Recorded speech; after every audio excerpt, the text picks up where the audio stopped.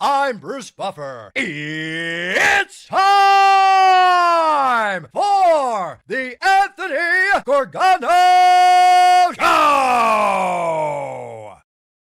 Live from the Xfinity remote studio. Good morning, good morning, good morning. Happy Wednesday to all across the Delaware Valley. We are live right here at FanFest, Lemon Hill, getting ready for another big day of the World Cup. And we're at this glorious setup right here, this little pop-up Disney World of soccer for the World Cup, as we are presented by Xfinity. Tonight, USA against Bosnia Herzegovina tonight at 10 o'clock, late from the West Coast. That will be the big match we lead up to. Here, we're going to watch England at noon. Will kick off, so that'll be kind of fun to watch England here. It'll be a big time crowd. Here's my man VG. Let's talk about the big story on Action News. You're fighting Phillies alive, now just 2.5 games behind the Braves in the NL East. They continue to play good baseball. Trea Turner is getting hot. He goes yard last night. He's been very good over the last couple of weeks. You kind of see a little bit of a Trea spot sighting.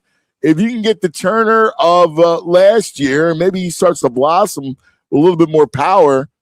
That's a huge deal, my friends. Huge deal. So the Phil's just 2.5. Atlanta's sinking. They are just sinking in the ocean. And you could just see them taking on water. The boat's going under in Atlanta. I love it. Interesting enough, the Marlins are only 4.5 games behind Atlanta, which is wild. That the Marlins are, it's funny. They've been in cores and they're rocking the ball. They can hit a little bit. They have a decent lineup, but it's nuts. But they're 4.5. Atlanta, it's a big deal. Lots to cover today. Busy stuff because today marks the beginning of NHL Free Agency. We'll see. Right at noon today, it opens. So we're going to keep you posted. Charlie's going to join us. We're going to keep you posted. Any moves, offer sheets, what's going on? The Flyers attack the Ducks roster and look to get Carlson maybe on an offer sheet. Let's see what happens. Any moves, all kinds of stuff. What's going on with Zach Werenski? I know they put together a competitive offer. Let's see. Let's see if something happens there. Sixers add that Dean Wade, formerly of the Cavs. He's a 4. He can shoot the 3 a little bit. He's a willing rebounder. And it's funny. I was talking to my buddy Vinny, and we were kind of going through it. And look, there's nothing they're going to do right now that's going to make you go, oh, wow. Like, that's a sexy pick. Like, the sexy move. They're just not in that spot, right? Like, you just got to build a credible roster and then, like, kind of see what happens. So that's all that Dean Wade is. Like, we're not throwing parades for Dean Wade. It'll be interesting to see what they do with Oubre. Does he take Oubre's spot? And we say goodbye to both Oubre and Grimes, which I'll be fine with. I'm not gonna weep over losing those two. But it is what it is. Like the rest of the league right now, it's going wild, right? It's going bananas. Toronto reacquires Kawhi. Kawhi going back to the Raptors. You got what happens to LeBron? All the LeBron stuff. Does it go to Golden State and they do that whole thing? What happens there? It'll be interesting to see. Between Kawhi in Toronto and Giannis in Miami, I was looking at the state of the Eastern Conference. It's a much better conference. If you look at it, the Sixers might be the second or third worst team in the conference. Like if you go through it, right? You got Boston, the Knicks, Boston, Detroit, Cleveland, Miami with Giannis, Toronto with Kawhi. That's 6. You look at, after that, you got, Orlando's decent. I like what Charlotte's doing, right? So you got Charlotte. I mean, who knows with Washington? They got a lot of young players. They got the Trey Young thing. I don't know what that. I mean, usually they're a mess. But you got Brooklyn is horrible. Milwaukee is horrible. So I think Brooklyn and Milwaukee will be the 2 worst teams in the conference. Probably why. I mean, Washington never gets it right. And then after that, like, you got Indiana, right? Like, these are like the Sixers are in that spot. Assuming that you're going to get the same from Embiid and George, right? Like, they're just, another year is not going to, they're not going to just suddenly find the fountain of youth. And this is kind of what you got. So it's an interesting kind of scenario, but it's clearly like the 6, probably 7. I love what Charlotte's done. So, I mean, we'll see. But the Sixers are probably in that spot. And it's probably the right place to be, right? Like, where you just got to exist in this soft process world. Like, that's what this is. This isn't a full-fledged process. They got some young pieces that we like. And you're going to add to it over the next 2 years with the draft. The draft's getting better because kids are staying in school because of all the NIL money. So the drafts are deeper and better. And then you got to hope you get lucky in one of the drafts. You get like a franchise, big to go with the guards. And then you got something. I think that's kind of where it is. Good morning, Violations, Greg. Good morning. Happy Bobby Bonilla Day. It's a day we all celebrate. Nice little fat check comes to him. It's amazing when that thing happened. I didn't think we'd be talking about this far down the road. Dude, you know what's funny is he signed that deal, 93? I covered the Mets in 94 and 95.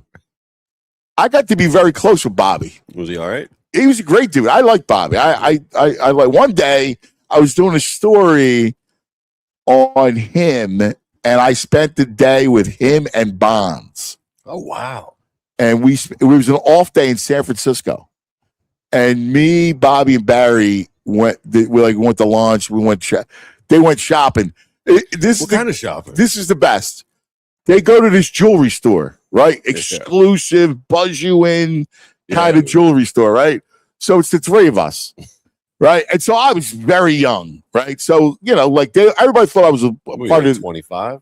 I was like 24. Oh, yeah. And they thought I was a play for the Mets. Okay. Right? Like, I used to use that a lot, right? Like, you could, because I used to hang around with, they were more my age than the other writers. They were older, right? Yeah. So I used to hang a lot with those guys. So anyway, we walk into the jewelry store, and but it was Barry Bonds' daughter's birthday. All right. And he was buying her a present. And he bought her this is in the 90s, a $19,000 bracelet.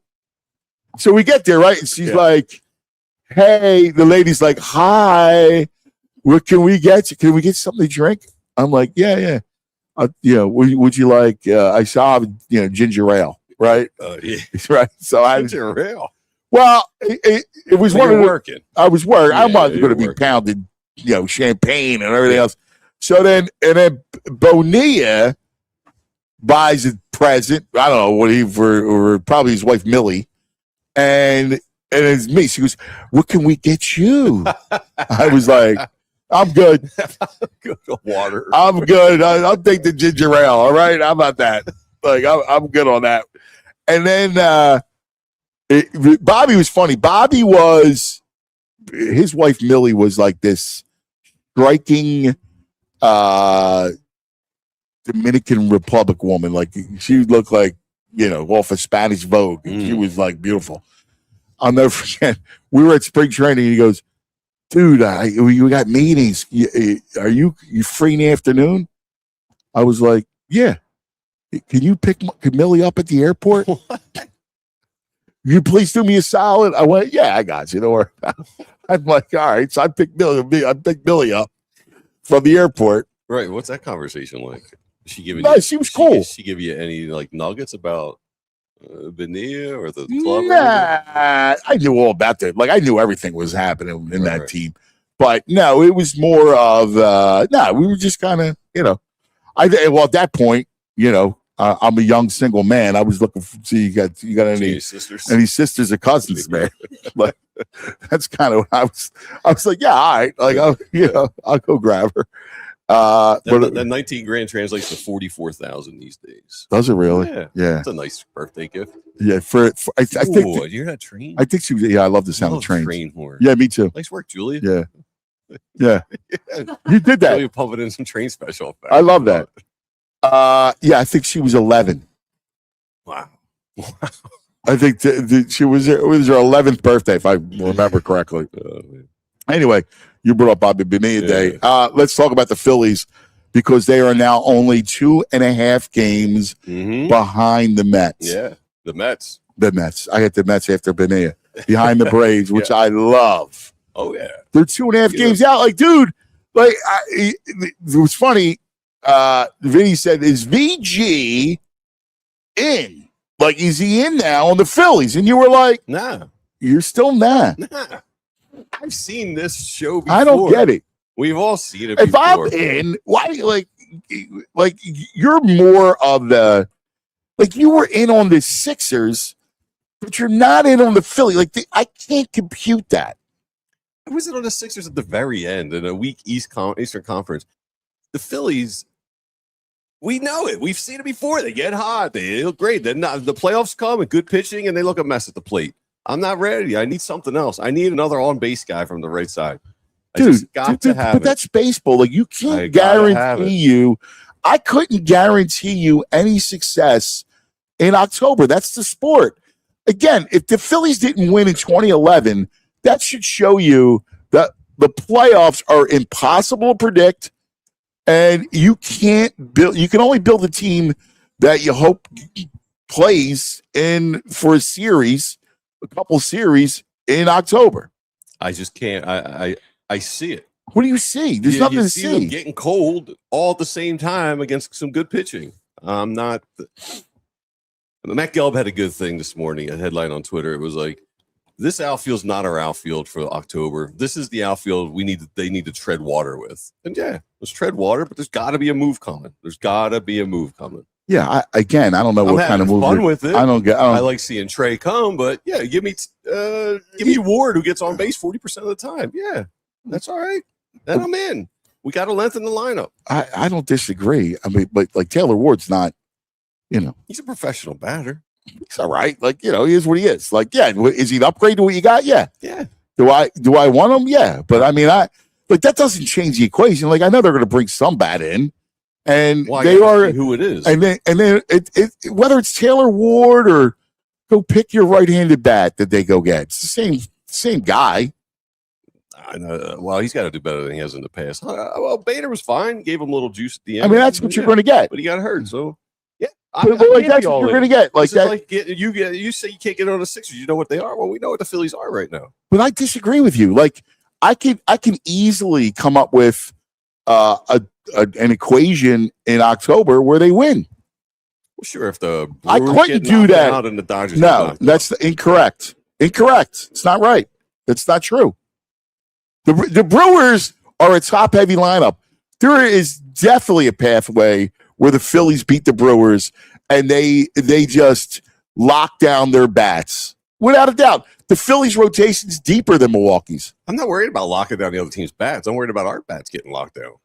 Well, that's the playoffs, and it comes down to, hey, do you get a hit? Do you get a big clutch hit? Yeah. Does something happen? That's the essence of baseball. Yeah, in the last 2 or 3 years, we haven't gotten those. So then it can easily happen. It could easily happen this October where they get a hit. I mean, I don't trust this lineup.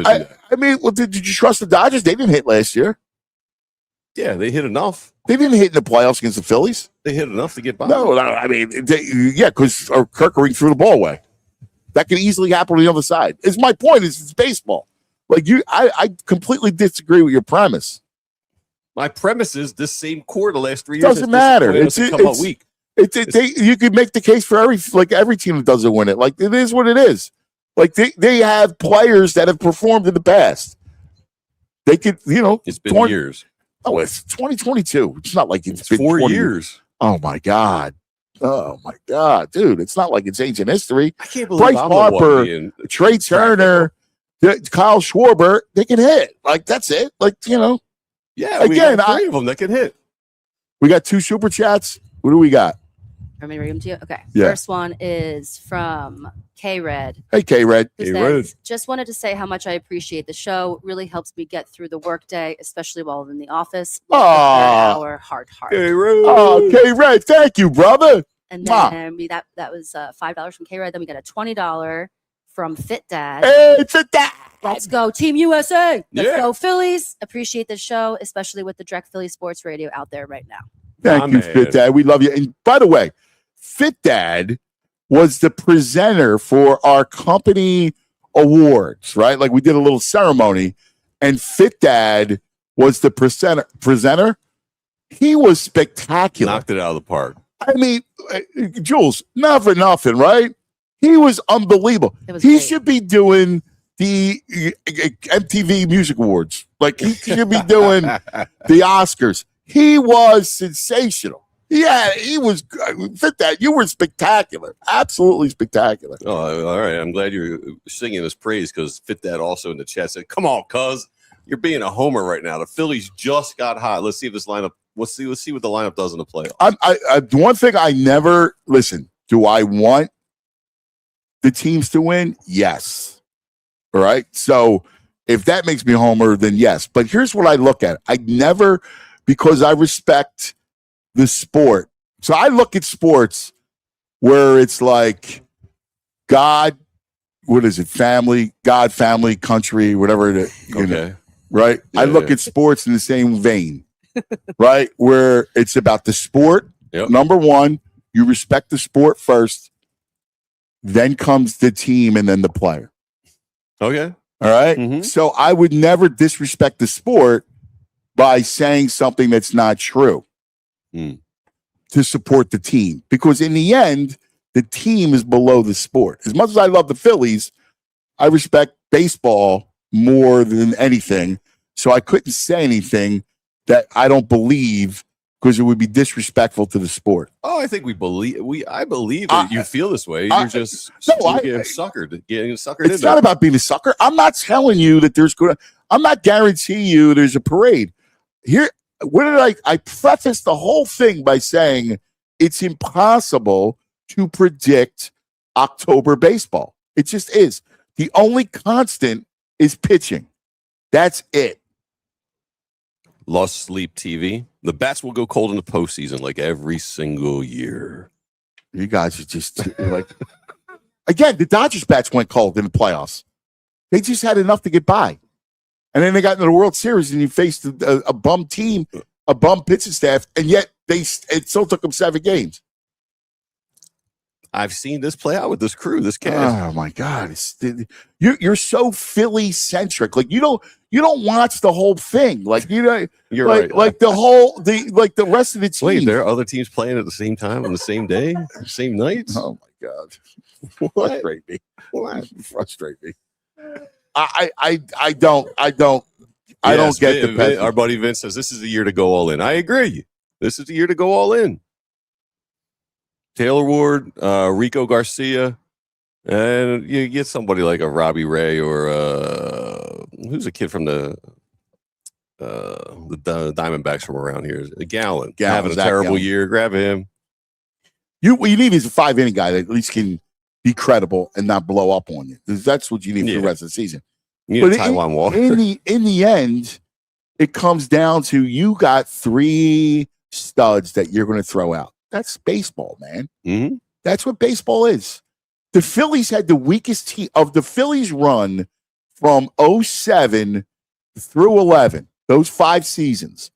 The worst team was 2008. Yeah, probably. But they had bad. Like I don't know. They didn't look as feeble. This team looks feeble at times against good pitching. Well, dude, they also had no pitching. They had none. They had no pitching. They got lucky. You get on a run, and that's what it is.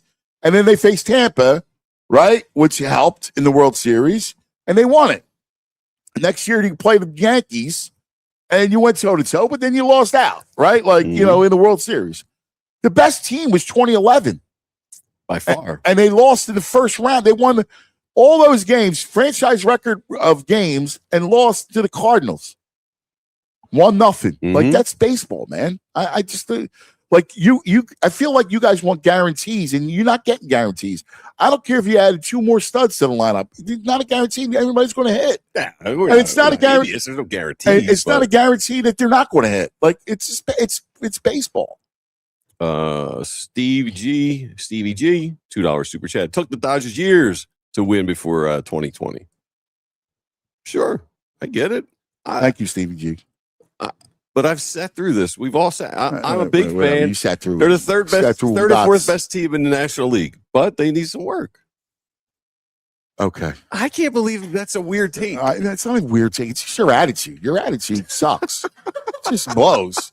I like you much better when you're talking World Cup. You're like, you're much more palatable when you talk World Cup. Like you actually had a clever. I sat down there, dude. I was down there 2 nights ago. Who cares? Watching the game. I don't trust your sensibilities.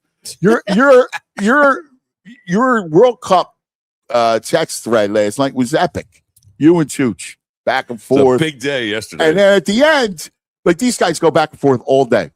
And at the end, out 3 winners yesterday. Hope everyone followed. And at the end, he's all in Mexico, right? And he sends a picture. It's himself watching the game in the dark, like a true vampire, with a bag of Taco Bell in front of him. Like, that was good. And that was delicious. We'll see if I'll send it to Julie. That was good. I give you credit. 2 big things. Again, NHL Free Agency. Yeah. Starts today at noon. Let's see what the Flyers can work. We just had a D Wade to town, ready to go. You all Dean Wade up? Oh, Dean. It's not D Wade. It's Dean. Who's Dean Wade? Dean's white. So I guess we got a guy. It feels like the Mark Ivoroni. Right? Can play the 4, a little bit of 5 defense, and every now and then he'll pop up a 3. Shoot a 3. Mark, Ivoroni often though. Ivoroni couldn't shoot. This kid can shoot a little bit. He's like a half a 3 in D. Yes. Yeah, he's more like a 4. Sound player, doesn't make a lot of mistakes. Yeah, I mean, Gansey had him in Cleveland. Yeah, he got his guy, brought him with him. I mean, he's kind of listen. They want to go culture, right? Like, so you go culture. Yeah, and they are what they are. Like, that is what it is. I mean, the question says he can rebound and shoot. I mean, he didn't get a lot of rebounds last year. He's the team. Kyle did a good piece about him. Like, the teams that he's on seem to rebound better when he's on the floor.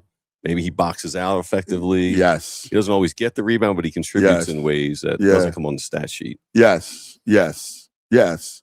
Eddie Wright, you ready for Dumbbell Nurse and Maverick Bork? And then he gives the nauseous face. The green nauseous face. Nobody at the bar wants any relative of Donovan McNabb on the Flyers. I just say no to Darnell Nurse. Right. All right. I'm with you, man. I'm out on Darnell Nurse, and I'm out on I don't want Bork either. I don't want Maverick Bork. I don't want Bork either. Yeah. I mean, listen, I agree, but Eddie Wright, well, I mean, lockstep with Eddie. Eddie's very sharp, but he's very negative. Like, he has no faith. You can tell he's got more no negative on the Flyers offseason than I am with the Phillies postseason right now. Yeah, come on. Close. It's close. It's close. All right, coming up, my man Pat, the editor. We're off on Friday because of the holiday, so we moved the editor up a day. Nice. And we get a chance to hang with the editor. We love the editor, and I love his Philadelphia spirit, his wisdom. It's coming up next. But first, how about a word from our friends?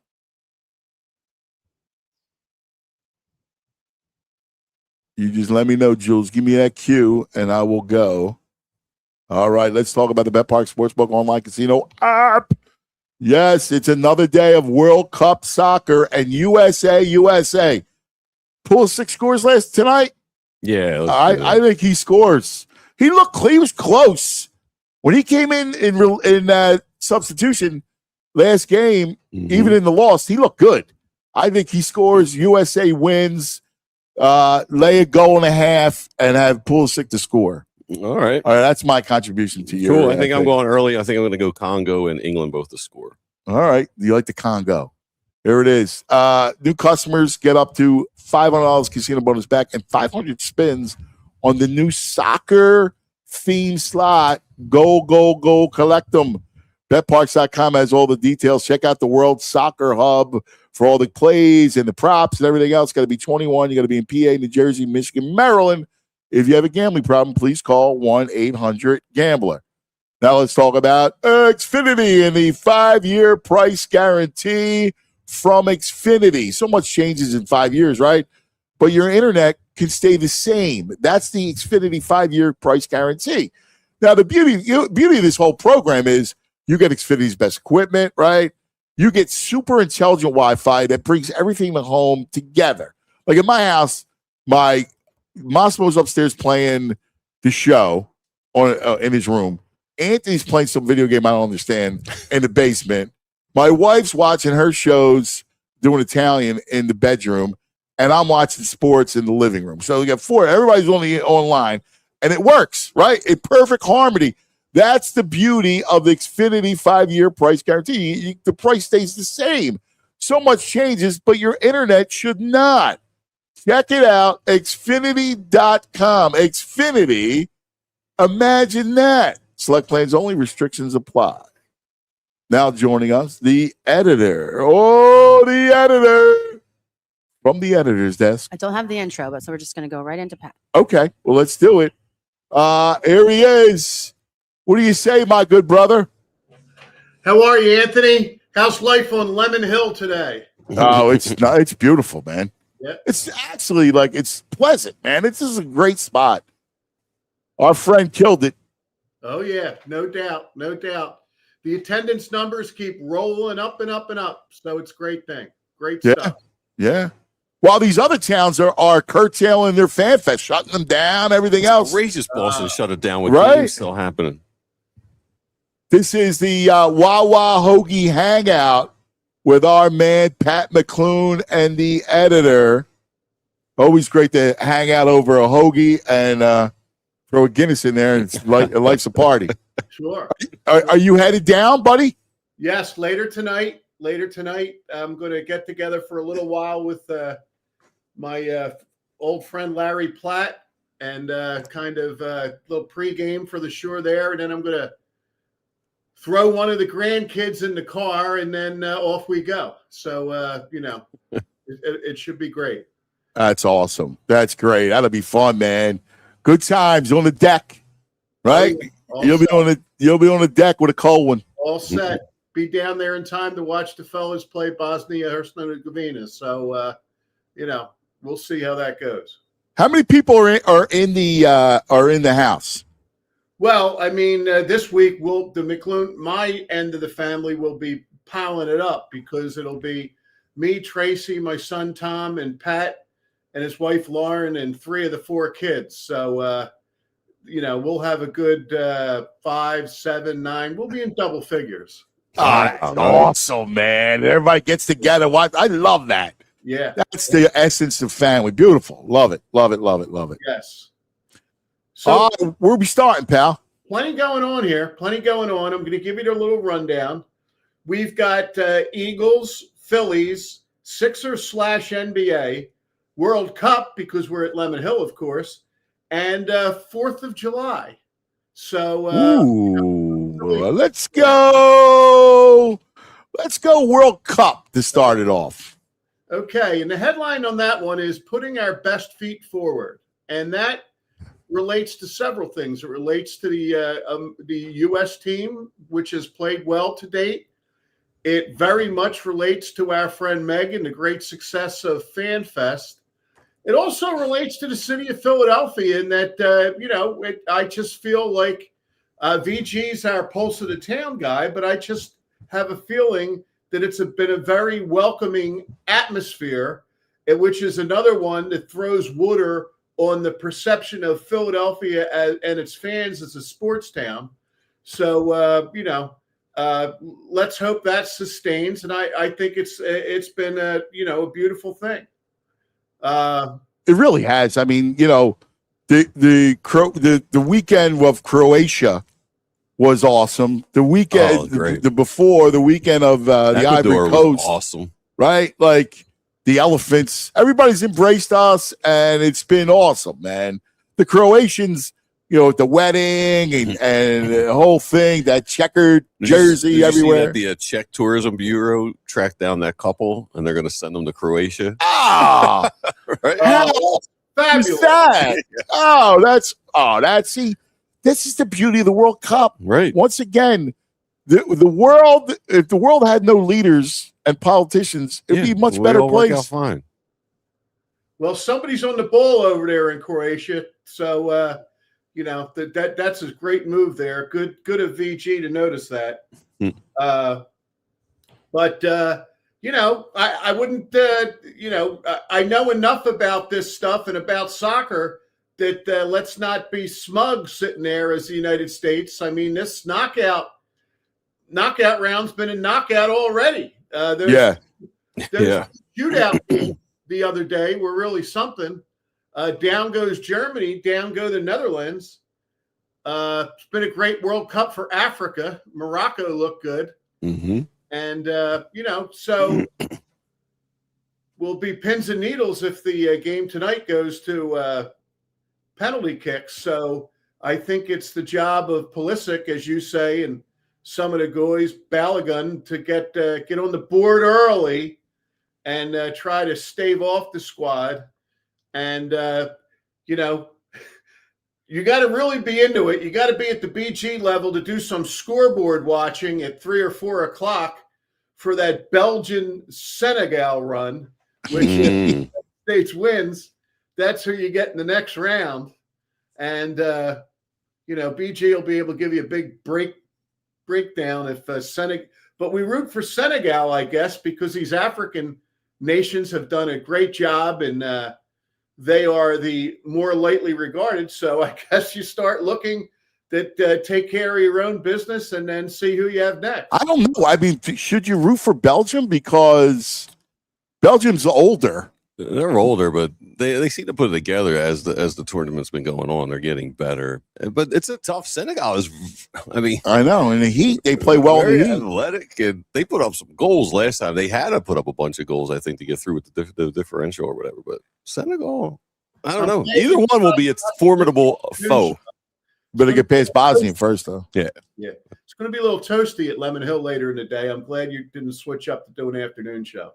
So you guys are getting this one in, Yeah. It's been interesting too to see how guys like VG and I follow Vegas Vic and all, how they settle in right away to betting comfortably on soccer. And well, when the big guns are playing, it's not that difficult a sport. Like, I don't know, like yesterday, Mbappe, he's going to score. You can find easy. I mean, he wasn't easy money. You had to bet him to score twice to make some cash because he was like minus. Who's that, Mbappe? Yeah, he was like minus 180 or something. What was you to score twice? You were right around even money, I think. But yeah, it looks like a lot of the bets are, trying to do first half scoring or both teams scoring. But I'm just impressed how everybody seems to have settled into it right away. It's, that's an American goal. VG and Chooch, man. They're just all about it every day. Yeah, I'm going to adjust. I think I'm going to go England minus 1.5 goals today. That's the early play. Okay. I think the Brits, the Brits come roll out today. Yeah. With Kane, you have Kane to score? I don't have Kane to score, but Kane? I will. I'll do first goal Kane as we get closer. Yes. There it is. Taco Bell's not coming back to haunt you, that late night Taco Bell, VJ? Nah, solid, Pat. You get the what'd you get? Crunch wrap, bean crunch wrap, and chalupa. A bean crunch wrap and a chalupa. What time? I don't know what time. 10:30, 11 o'clock, 11 o'clock. Yeah. And you got that door dashed. Yeah, of course. Where's the nearest Taco Bell? You know where there's Taco Bell, South Philly? It's down near Front Street, just below Oregon. Front in Oregon? Pictures up now. Just below Oregon. Oh yeah, there's my. I don't even know. Front in Oregon is the Taco Bell? Yeah. Oh, yeah. On the side, there's a Popeyes down there. Yeah. By the Julie's gas showing the station. picture now. Right next to the gas station. Nice fountain soda. Finish off. I had a fundraiser to go to, drank a few, so I was like, all right, let's get some Taco Bell. A little fountain soda. He's a character, Pat. He is. Yes, he is. Yeah. A concession to age. I'm very, very reluctant to eat anything crazy at 10:30 at night. I'll tell you that. I'm a cheesesteak guy late at night, or cheesesteak or Chinese. I would have went Oregon Steaks, but it was Mexico was playing. Yeah, I was I got trying you. to be festive. Especially Mexican. I'd have worries of Montezuma's revenge there.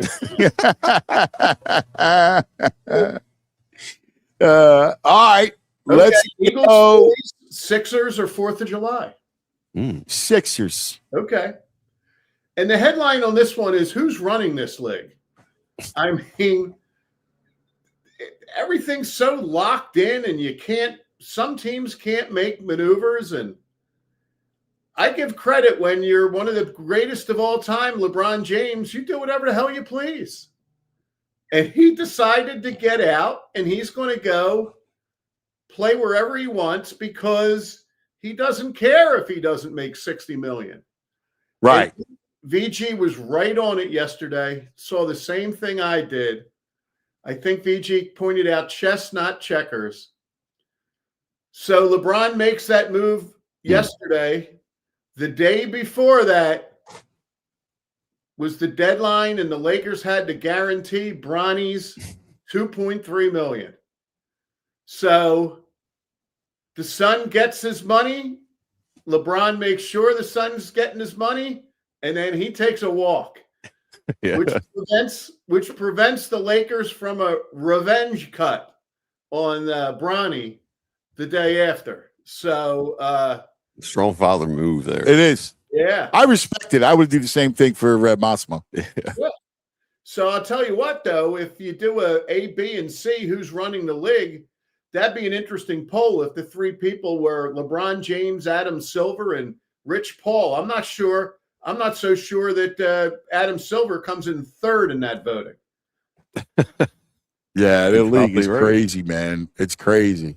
And meanwhile, you look at the what really screwed the Sixers was when they finally did have the cap flexibility, they decided that the only option was to pay the whole giant max contract and go for Paul George. And that, regardless of what, that just has Gansey and these guys, and we'll talk about how one of the franchises in the city seems to rise above all this, but it's just a recurring theme we'll have today is how the way the leagues are run and the way the teams are run, you just feel like you're kind of a captive a little bit. Yes. And, yes.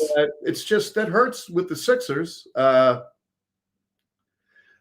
one good thing that came out of it, and it's good because you can put your smile on your face with one of the small list of strappers we've exposed so far, is the Sixers get a little bump out of this Kawhi Leonard deal with the Clippers because the Sixers now have the Clippers first round pick unprotected. Yeah. 2028 and then a swap in 2029. The Clippers could stink. And they got that by virtue of moving strapper Hall of Famer James Harden. Yeah, no, it's a great point, Pat, because if you think about it, by 2028, you're through Embiid and George. So you're through those bad deals, and you're theoretically going to have a couple of big time picks. Yeah. You're like, listen, our motto, Sixers 2030, baby. That's right. Yep. Yeah. Wake us up next decade. Yes, sir. They're like wimpy. Like they owe us one, but it's coming in 5 years. Like we owe you one 5 years from now. Yeah. They've owed us one since 1970, whatever. Right. So, The league's crazy, though. Giannis, Milwaukee, Kawhi, Toronto, right? Look at the East. The Sixers may be, if you look at the bad teams, you got Brooklyn and Milwaukee at the bottom, right? yes. Washington, I don't know. They always stink, but they seem to have a couple players. I don't know what's going to happen, but whatever. You were stinking so bad, Right? And then you got, I like Charlotte. Orlando's all right. I mean, the Sixers could be the third or fourth worst team in the conference. Could be. And even Charlotte.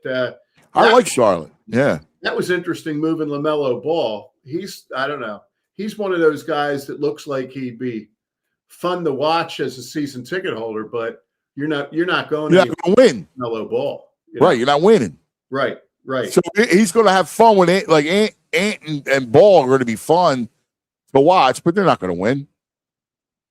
No, absolutely. And but they always do seem to take big swings over at Minnesota. I will say that. Yeah. But not only does Charlotte do that, but Charlotte gets rid of Miles Bridges, who seems like a bit of a hoodlum. That guy over the years. So that's a great word, hoodlum. That's a great word. Yeah. I'm very judicious about doling out the strapper, so I had to come up with a word that was like strapper-ish. Strapper with an edge. Yes. Equals hoodlum. Yeah. Definitely. So now we're at Phillies, 4th of July, and Eagles. All right, let's go 4th of July. Okay. And our headline there is 4th of July Philly style. And we do this occasionally. We've done it with the Christmas over the years. And so I kick it to you guys, Philadelphia guys. There you go with the photo. That photo is 3 generations of Pat McClune's there. That's beautiful. Now 4, since we I got as a Christmas present, I've showed this on another show. We recreated that photo with me in the back, my son Pat at the bottom, and my grandson Patrick on his shoulders. We now have 4 generations of that. Oh my God, but love the it. reason I bring it up is the big fella in the back was a 4th of July birthday guy. So wow, that was always made for a little extra fun in Alney. And my dad, who got a late start in an Irishman that could still get the job done, so to speak. My father would be 117 on the 4th of July. Wow, that's God. God bless. Awesome. That's awesome. A long time, but so what was it like for you guys? What was the 4th of July like in the neighborhoods, fellas? It wasn't great in my neighborhood. I didn't like it. I hate it. Everyone was at the beach. Yeah, to this day, I hate the 4th of July. Okay. It's my least favorite holiday. No, I'm not going there with you. No, forget about the meaning. I'm not talking about the meaning of the country. I'm just talking about the festivities. Yeah, but you don't like a grilled hot dog or a grilled burger. I don't. Yeah, I mean, it's all right. Like, I'm not going to pass it off. Like, whatever. I'll eat one, but I think it stinks. Listen, if you're down the shore, it's awesome. If you're not down the shore and you're stuck in a hot city, or now I'm in the suburbs, it sucks. There's nothing to do. The fireworks are overrated. There's no sports. I hate the hot dog eating contest. It sucks. And give me any other holiday, Memorial Day, Labor Day.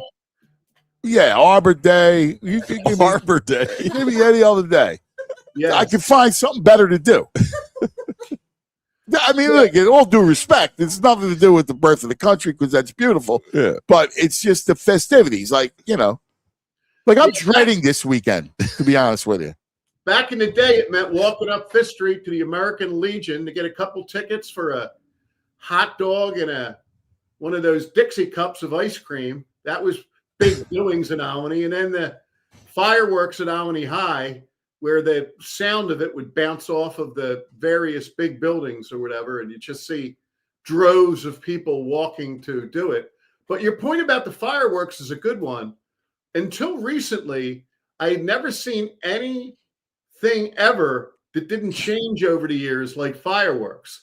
Those were the same fireworks in 2019 that they were in 1919. They just went up and you got a little color and a little pop, and that was that. But my theory was quashed with the advent of the drone, because now the drone throws a little into the fireworks. You get a little story up there, and some people build it all around the Phillies, going down to the fireworks down there. It's a big deal to a lot of people. We used to go to we used to do a lot of, like when I was growing up, we did a lot of Phillies.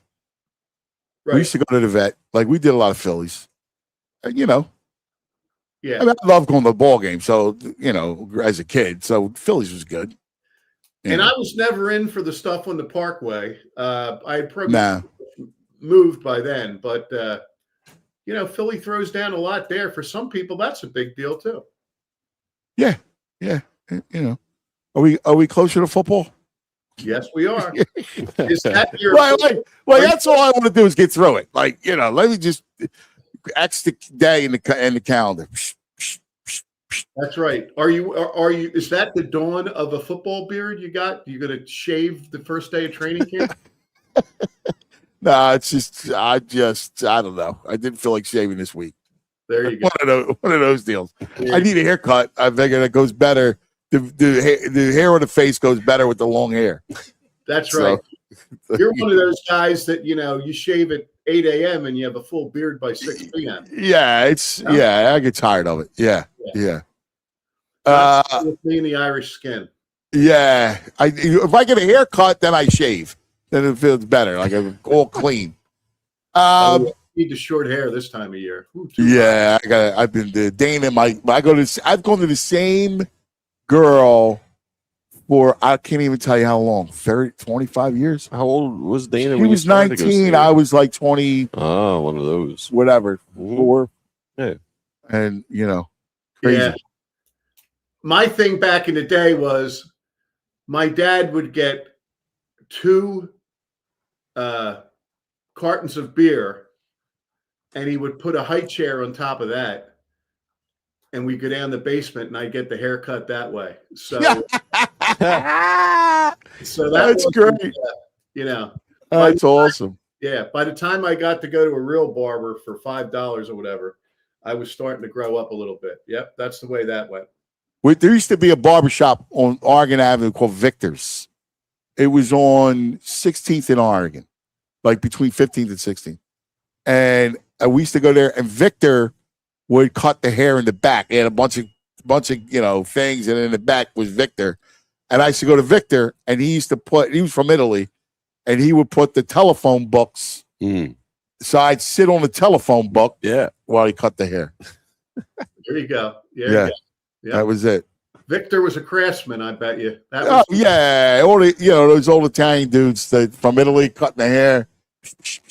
And he used to have the assistant. What was her name? You know, when you're like turning, you know, I went to him for years as a kid. And then once you turn 12, you're like, oh, Sue. You're like, oh man, Sue was a blonde. Right? Was Victor more of a stylist or a barber? He was a stylist. He was cool. Like he had the, you know, he was all, you know, he was one of those cool guys. Anyway, let's go Phillies. Okay. And on the Phillies, I had this lined up last week, and I'm trotting it out now because we had such excitement with the Nationals. But let me tell you something. I think you're going to agree with me on this one. My headline on the Phillies is, I am down on the farm. I'm down on the farm. That guy there with a smile on his face is going to have to make a deal. But for the life of me, boys, I don't know what the hell he's got to offer. Dante Nori. Oh, man. He's got a 17-year-old Renteria. Listen to this most recent list of Phillies prospects. Number 1, Aiden Miller. God bless him. Poor guy's hurt. Concern there is that it's the back. And I didn't know this until they started talking. They knew there was a back issue going in. Yeah. Not Yeah. good. Not good. Number 2's our hope. Gage Wood. 3.64 ERA, 69 Ks in 47 innings. All right. He's our guy. He's my guy for, as you know. I'll say it for the back. He's the bridge to Duran. I was He's down there the Monday. playoff bridge. They win that game with a Gage Wood or somebody in there. And, you know, the thing about Sugar in that inning that you know, I'm down there with Brendan. It's 9-8 going into the – no, 8-7 going into the top of the ninth.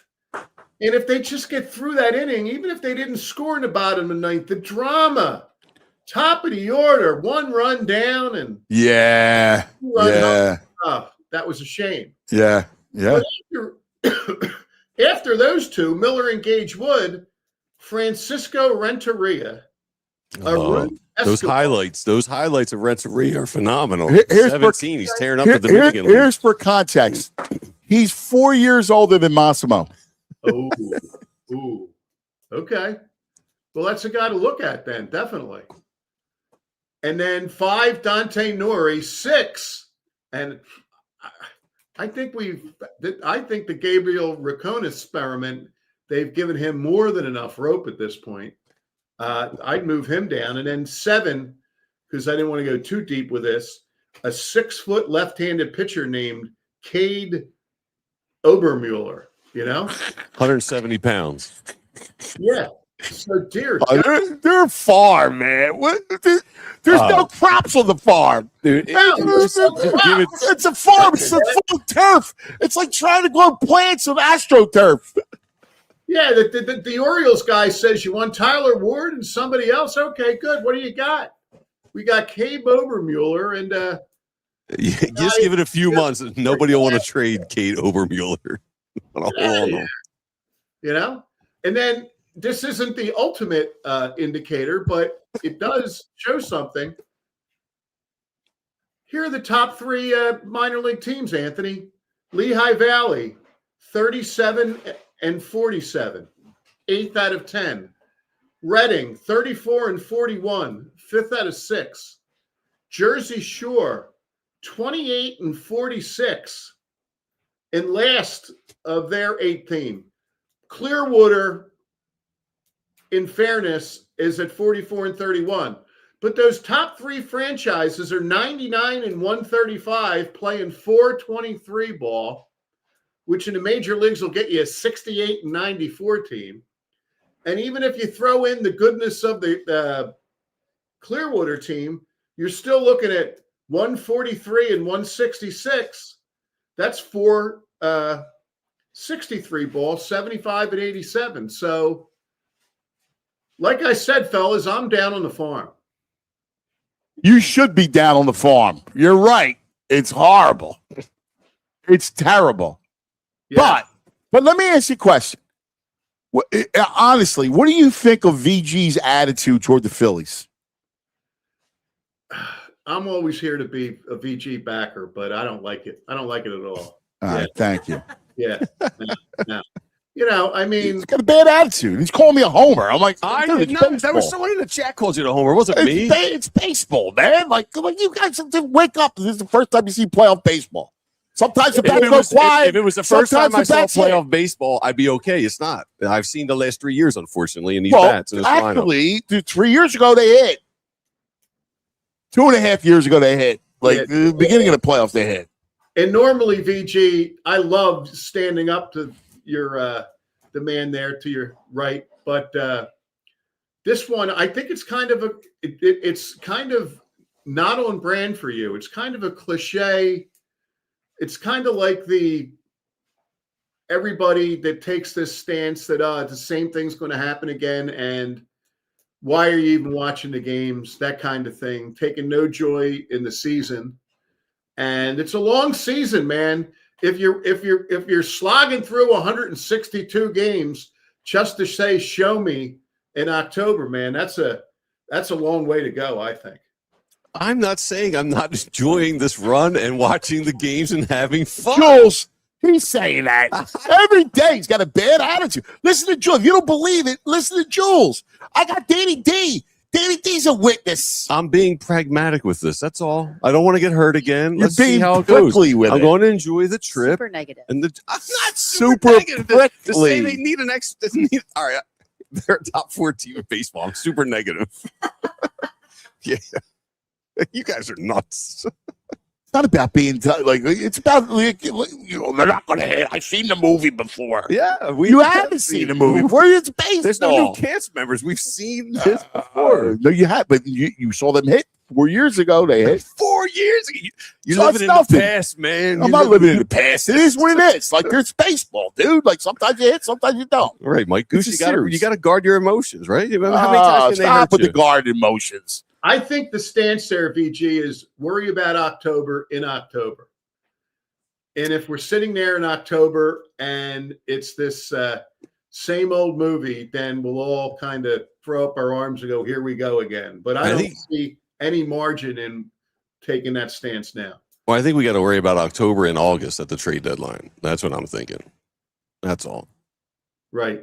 But, it's a fact that Dombrowski is going to be limited, that he's just, I don't know, maybe some of these guys down above Renteria, there's some really young nuggets there that one day You're going to have to use money, right? Like you're going to have to take on somebody that's got a bad contract, or even a player like Vinny brought this up, which is smart. Like there's a player for the Red Sox. What's his name? Who is like a failed minor leaguer. His name is Campbell. He's like Scott Kingery, right? Like they gave him real money, Kristen Campbell.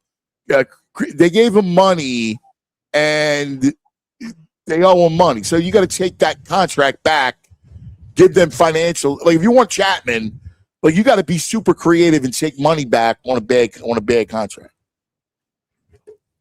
That's your only asset. Well, willing to I write agree. check. I'm on a similar thought pattern. I'm thinking Brett Rooker was horrible for a month and a half. He hasn't been healthy. He's starting to do baseball activities again. That's a big contract. I'd take a shot at that contract. Yeah. The problem is he's. I mean, I agree with you. I mean, he's a butcher. Yeah. But who knows? Maybe you get lucky. All right, Pat. There you go. To our happy place. That's right. And it's very much the happy place today in the context of where we've been going, is that it's kind of a buildup to the headline on the Eagles, boys, which is sustained competence.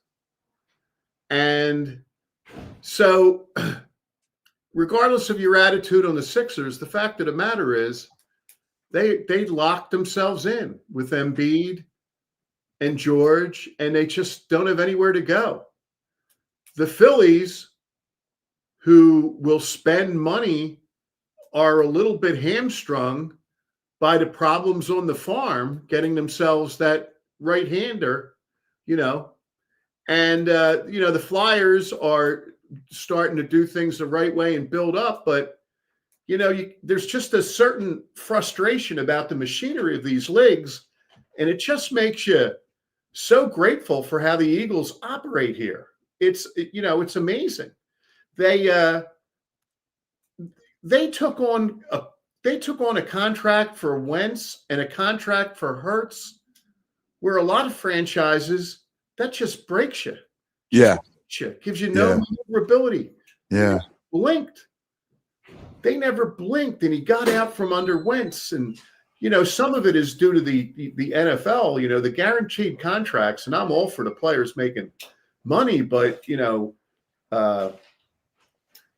with the Phillies, if these guaranteed, you're not going to be able to move from Harper, Schwarber, and Turner, and I hope that keeps playing out. Look at the problem that Walker and Castellanos, like they had to stick with those guys for 2 years, even though they were just bad contracts. Exactly. See Aaron Nola.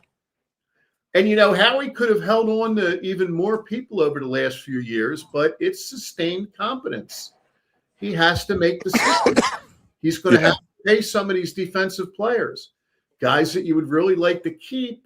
He's going to get 2, 3, 4, and 5, but 6 and 7 are going to leak out every year. But it's the way he's doing it, and it's also a joy to watch how teams like the Mets and the Cowboys mess all this stuff up. And, I feel bad for those people down there rooting for Dallas that, Jerry never seems to have his eye on the ball at the right time. And, another thing I give the Eagles credit for, Anthony, is when they do make a mistake, they learn from it and move on and don't repeat it. Yeah. Look at Dallas, how many times they've never really made the move on a Dak or a CD Lamb, and they just kind of kick the can down, and they wind up paying 150% of. They lost Micah because of that, right? Like, yes, you weren't smart in about how you did your contracts, and you lost Micah because you knew you were going to have to pay him. He's the best defensive player you got. Like, that was a failure. Pissing off CD Lamb, and you got a pissed off guy that you paid more money for than if you just did it up front. But you're right on, man. It's a great point. Like, look at a kid. Who's the kid from the Jets? They signed the edge. He was a disaster. Vic hated him from the beginning. Bryce Huff. Did you see, by the way, Huff ripped the Eagles? How about the mouth? What a J-O. Like, he ripped the Eagles. Dude, you stink. You suck. He should learn a lesson from Don Brown. Don Brown had his all-star year. It didn't work out. He was disappointing, and Don Brown kind of quietly went into the sunset, built a new life in the Philadelphia area, and everybody's happy to run into Don Brown. Right. Bryce Huff, dear God. Don't you have any humility at all? You absolutely wind up stealing money in that contract. You go somewhere else and you don't do anything. And now he trots out this thing about this entrepreneurial thing he's going to do, because I'm sure that he would have been a terror on the football field. But since he's such an entrepreneur, he's going to get out early. But I can't believe the mouth on that guy.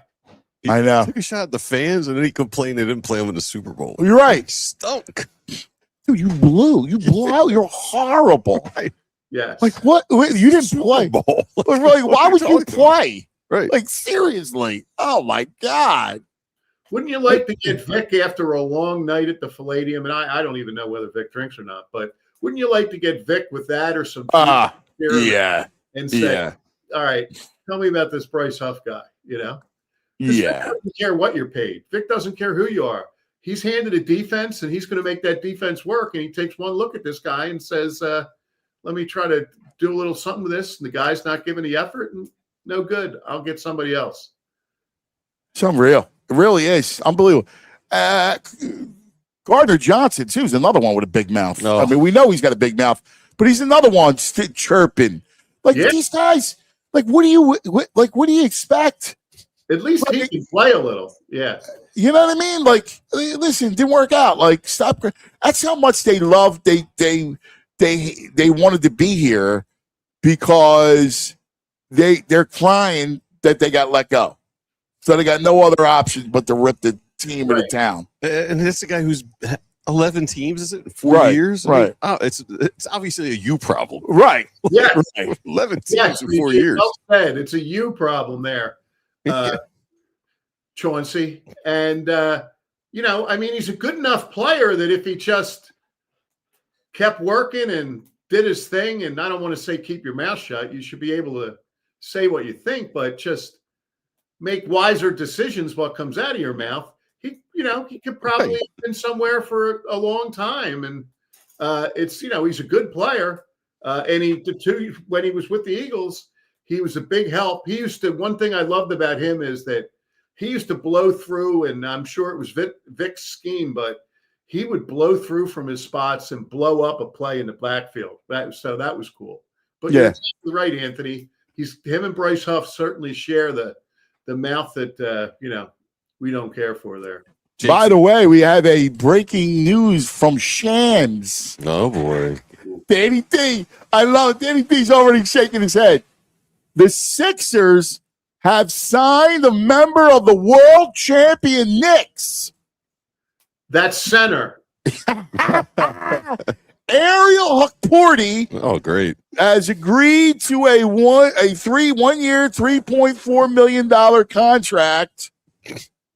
Hukporti departs the Knicks after playing a reserve role, third string, and gives the Sixers front court depth and a high motor athletic big man. Well, we wanted guys with a winning pedigree. So people have been there and won it. There we go. It's all about culture. He's the latest in the high motor, probably can't play, starting with B-Ball Paul and then moving on to Adam Bona. So let's hope that this guy is a little B-Ball Paul. B-Ball Paul actually Yes. was okay with the Pistons, I know. Yeah. I know. Crazy. Well, Pat, great stuff as always, buddy. Wishing you a happy and a healthy 4th of July down the shore. Enjoy the beach. Very good, boys. Talk to you next week. Tip a couple. Do us a favor. Send a picture of you on the deck with the clan, all right? With a cold one. Yeah, I'll live vicariously through you. Out whatever I ordered as VG did. Yeah, no one needs to see my DoorDash number. Yeah. The next DoorDash I order will be the first. Wow. I love it. Thank you, Pat. Very good. The great Pat McClune checking And in. giving us the emergency announcements just in case. Just testing the emergency announcements here. Well, we're live at FanFest, and the festivities are already started. Like, this is the warm-up. You got the DJ warming up. So you may hear announcers, music, people starting to come in. The security's buzzing. Mm-hmm. Danny D is here. He has arrived. He's going to be in attendance July 4th to watch Mbappe. Ooh, Him and the crew. Nice. I love his crew. That's good. That's crew thick. Those guys get through security from Port Richmond Pub. Those guys get through security. Oh, man. They're awesome. So we're Kane know they're coming down, having eyes on these guys. So there's a bunch of things we got to do. So we got Charlie coming up. Give us the free agent primer. Danny D for the entirety of the show to cover hoops, soccer. We're going to talk to our man Jared Mikolas too from out west. Sweet, Jared's great. He is great to do it. And I want to put together a little roundtable with Danny D and Mike Sealski. After Sealski wrote the column in defense of the public school system, right? I'm looking at Danny D shaking his head. I had the same reaction as Mike. I texted him. I'm like, dude, no good on that one. Danny D, quote, be better. So we're going to talk to him. We got to discuss that. I got to have Mike on the show. Mike's on a cruise to the Bahamas. Oh, he is? He's joining from a cruise? No. He's not coming on today. We're going to do it separately. But he wrote the column on the week, and I was like, dude, I totally disagree with the premise of this guy. They're crying because Lower Merritt's not good. What are you what, seriously? Like, I can't wait for Danny D to address that.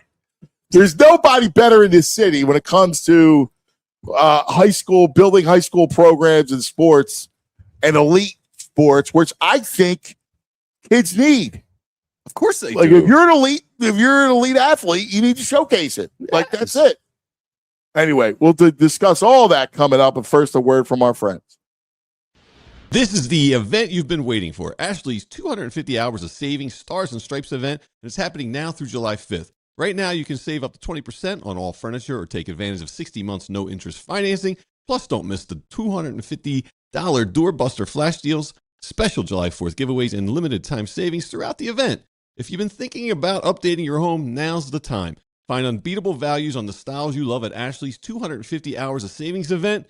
Visit your nearest Ashley store or head to homestores.store to learn more. For the past 30 years, Golden Nugget Jewelers has operated out of the very same location in the heart of Philadelphia. Customers from across Pennsylvania, New Jersey, even Baltimore, New York City have come to Golden Nugget Jewelers to find that perfect engagement ring, or wedding band, or gift. Their staff is highly trained and dedicated to providing a personalized experience. I've gone there a couple of times. I had to replace a diamond in a ring. I had to get a necklace. They're not pushy. The staff is super informative. It's just a great shopping experience. They have a vast selection of engagement rings and wedding bands, along with high-end watches, fashion jewelry, sparkling diamond necklaces, bracelets, earrings, and everything else you could think of. You receive a final cleaning and written appraisal with every engagement ring purchase. And Golden Nugget Jewelers, they're family owned. They've been operating since 1987, right there on Chestnut Street at 8th in downtown Philadelphia. You deserve an expert, and you deserve the best price. Golden Nugget Jeweler, where Philly gets engaged. Visit goldennuggetjewelry.com. This is the event you've been waiting for, Ashley's 250 Hours of Savings Stars and Stripes event, and it's happening now through July 5th. Right now, you can save up to 20% on all furniture or take advantage of 60 months no-interest financing. Plus, don't miss the $250 doorbuster flash deals, special July 4th giveaways, and limited time savings throughout the event. If you've been thinking about updating your home, now's the time. Find unbeatable values on the styles you love at Ashley's 250 Hours of Savings event. Visit your nearest Ashley store or head to homestores.store to learn more. Charlie O'Connor, hockey was best in the biz. Everyone agrees. It's Charlie. It's Charlie. It's Charlie. Good morning. Happy free agency, buddy. This is a big day.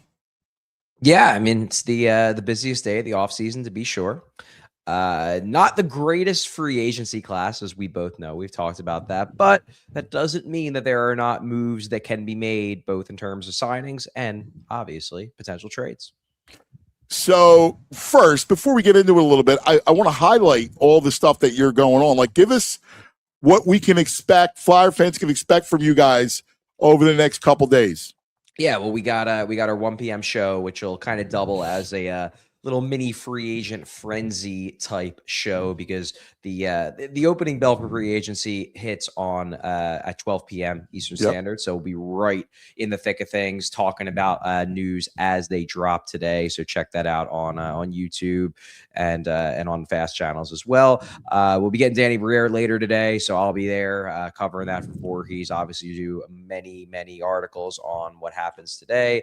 Obviously, if they do nothing, then I'll probably just write one. If they do multiple things, I'll do a bunch of articles. I think most people are hoping the Flyers do a bunch of things. So hopefully I'll be writing a lot of articles. And then the dev camp, development camp starts back up tomorrow. Today, I believe they're all at the Franklin Institute signing autographs. So they're not on the ice today, thankfully. But they'll be back on the ice tomorrow for the scrimmage at night, and then another scrimmage on Friday morning. And then I will have my big development camp breakdown article on that as well. Yeah, that's big. That's going to be awesome. And if anything substantial breaks and you're not on the air, then, of course, you'll do your emergency pods that you crush. Right. We will be doing many emergency pods. Well, maybe not many. If Briere does a lot of things, we'll be doing many emergency pods. All right, so let's get in the nitty-gritty. The one thing consensus, I think, with everybody is just say no to nurse. Yes. No nurses. No nurse zone. You guys One really of the don't. few times I'll ever say that. You guys really don't like him, huh? I'm not a Darnell Nurse hater. I think that with the right level of retention, I think he could be a dramatic upgrade on the third pair. Certainly don't want him taking first pair minutes, but Darnell Nurse at $6 million a year as a dramatic upgrade on Nick Seeler, I'm totally fine with that. All right. I guess it's just not exciting. I'm not sexy. I'm not. A lot of money. I don't know. I'm out. Maverick Bork out. You're out on Maverick? Yep. I think a lot of this is like, I'm in on these players at the right price. Like there was a report from Anthony Sanfilippo. The Flyers were considering an offer sheet for Maverick Bork for like $9.5 million a year. That's way too much for me. But if you trade for him and you sign him to a more reasonable contract and you believe he can project as a center, because he's kind of played both center and wing in his career with Dallas thus far. If you believe he is you could kind of move to center the way Logan Stankoven did for Carolina, I don't hate the upside bet. But again, I'm not paying him. Yeah, like give me Stankoven, right? Like, I'm not paying him more than what I'm probably going to be paying Trevor Zegras. That's insane. Right. I just think you need more of an upgrade than that. Sure. And there's a reason why the Flyers have engaged Columbus on Zach Werenski. That would certainly be the upgrade, more of the kind of upgrade I think you guys are hoping for. Charlie, the one name that is always in our chats, and you probably get it in your show too, Adam Fantilli. Like, do you think there's any chance they sign someone like that to an offer sheet? Well, I mean, now Columbus is in a really tough spot because it seems like they're almost certainly going to have to trade Zach Werenski. If you have to trade Zach Werenski, like the thing with Fantilli and the reason why he's interesting as an offer sheet candidate is because he frankly hasn't been that good thus far in his NHL career. Like he scores points, but he's been brutal in terms of his two-way results. However, the upside is through the roof. So the idea is like, you're probably not going to get Leo Carlson from Anaheim because he's already really good, and Anaheim is like, well, we'll match anything. Whereas there might be a number you throw at Columbus that they're like, well, we're not totally sold on Fantilli as an elite player. Maybe we'll let you have him because we don't think he's a $10 million a year player. That's always to me been more plausible than like a Leo Carlson offer sheet. The only thing now about Columbus is if they're about to lose Zach Werenski, because Werenski is very much on the trade block. There's a lot of drama with him. He apparently rejected a trade last night to Dallas. They might have to move him because the situation has become so toxic now. If you lose Werenski, I don't think you can then also lose Fantilli. Then suddenly Fantilli becomes like, well, maybe we just have to match any offer sheet you throw at us for Fantilli because like our fans may just boycott the team if we lose everybody. Yeah, that does make sense. And, it's interesting because I could tell you that this was like in the winter. I don't know, February, March. Was it after the break? Maybe it was after the break, after the Olympic break. I was having a conversation with somebody, and I brought up Fantilli because I'm like, I see something like, and I was told, nah. Like I was kind of told, no, not. I'm not interested. We're not interested, type of thing. Like that, he's not that kind of player.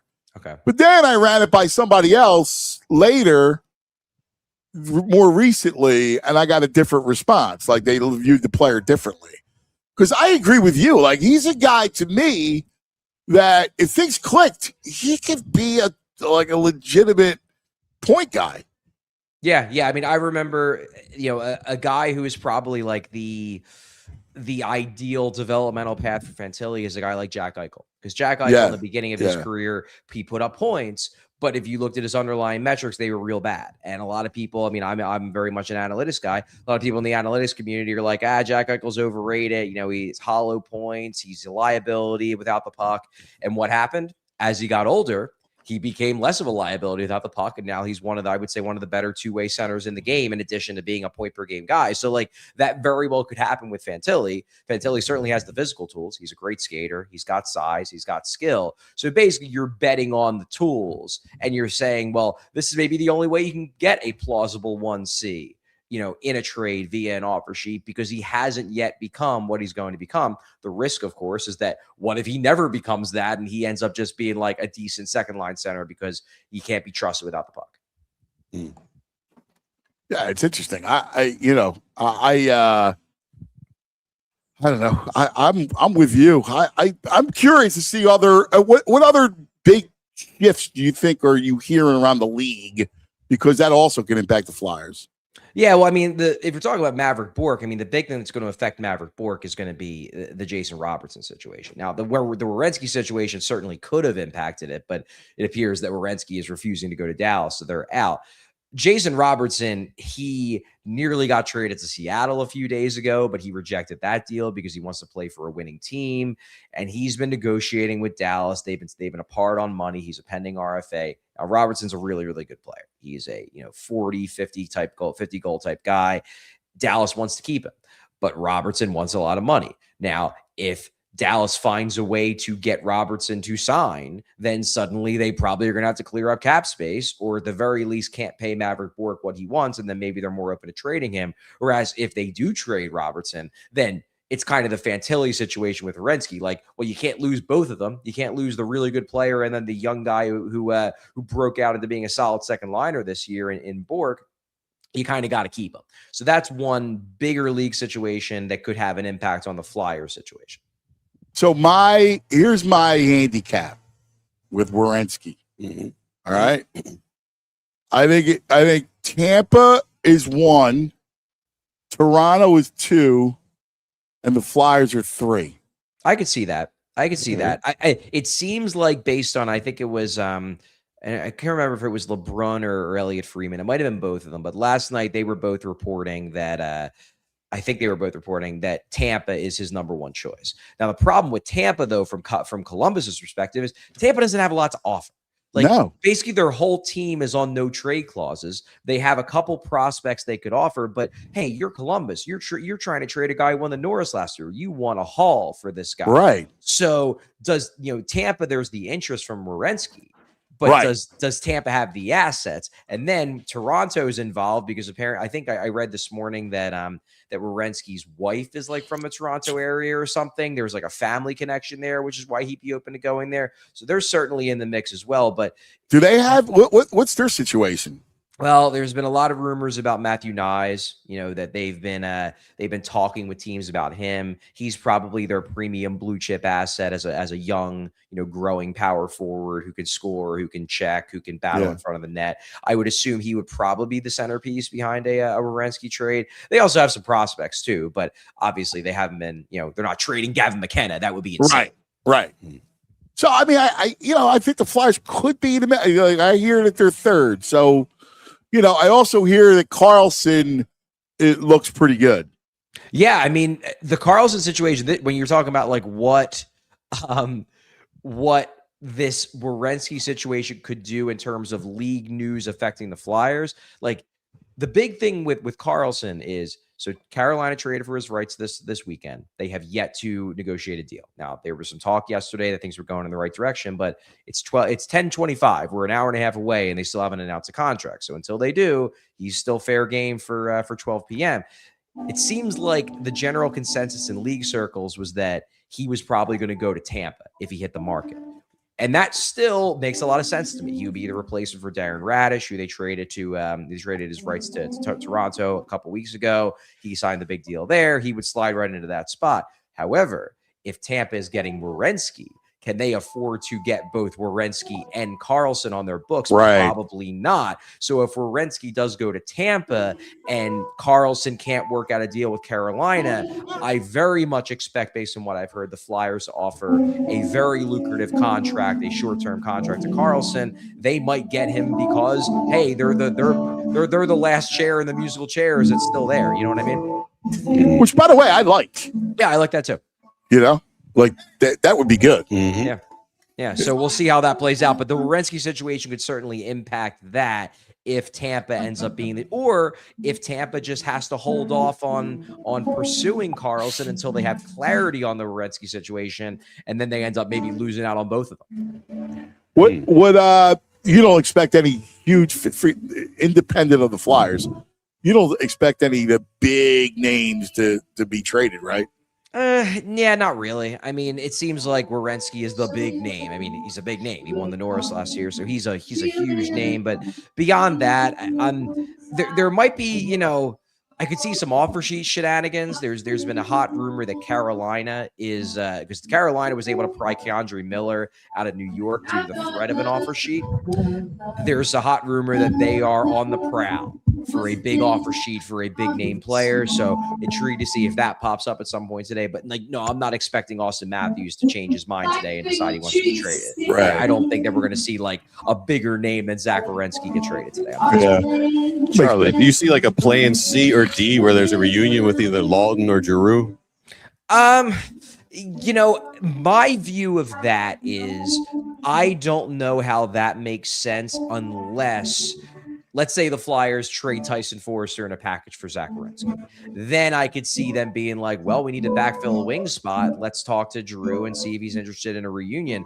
My big fear with Giroux coming back has always been, I worry about if it messes with the leadership group that's emerging. Because you bring it back, suddenly you're bringing back the old captain. Guys like Couturier and Sanheim and Konechny, they're just going to naturally fall back into the pattern of deferring to the guy who was their captain their entire career. And then you're going to have guys like Zegras and guys like York and Dreiser are going to be like, we don't know this guy. Like, yeah, you might respect him a ton because he was your captain for years. Like, we want to be part of this new emerging leadership group. So I do worry a little bit about the impact there. That said, Drew's still a good player. So if he's willing to take a cheap deal and you feel confident that he's going to be a cog in the machine rather than like back to being the captain again, then I don't hate it. I just don't think I see a fit unless you move out a wing or two. And I'm not moving out a wing or two just to get Drew. If I'm moving out a wing to get an elite player, then maybe it makes sense. As for Lawton, like, I love Scott Lawton. He fits in this room great. But to me, the fit with Lawton, it made sense before Couturier emerged as the 4C. But now that Couturier is the 4C, you don't need a 4C anymore. And Lawton, I mean, he deserves to make a lot of money. He's earned a big contract, not like a huge contract, but probably like in the $4 million range. And I don't think the Flyers should be paying a fourth line winger, which is the role he would probably play on the Flyers, $4 million a year. That seems a bit steep for me. I think you're so right. I mean, I want nothing to do with Giroux. I mean, God bless him, love him. No, at that point, he's making about the locker room. You can't. You've rebuilt. You've redone this thing. Like that. Listen, that's a bad time in this franchise. Yes. Nothing independent of him, but it's a bad time in the franchise. You just can't go back there. Like, there's times where you can't go back, and this is one of them. I'm a big believer in that. I think you nailed it, Charlie, as always. Yeah, so we'll see. I mean, we'll see how it plays out. I think Kevin Kerr's reported that there's at least like a little bit of interest there. I just wonder if that is because Danny Briere obviously thinks very highly of Claude Giroux. They were teammates, they were friends. They are friends. So that might be more of, Briere being like, well, you never know, like, depending on how things play out. But I've never gotten the sense that like Claude Giroux is the target. I think if anything, they're looking at guys to maybe upgrade on Luke Glendening. Guys like Noel Achari, guys like Colton Sissons. These are right-handed shot, fourth line types who will come a lot cheaper and can maybe be an upgrade over what Luke Glendening provided the team in a fourth line role after he got claimed on waivers in March.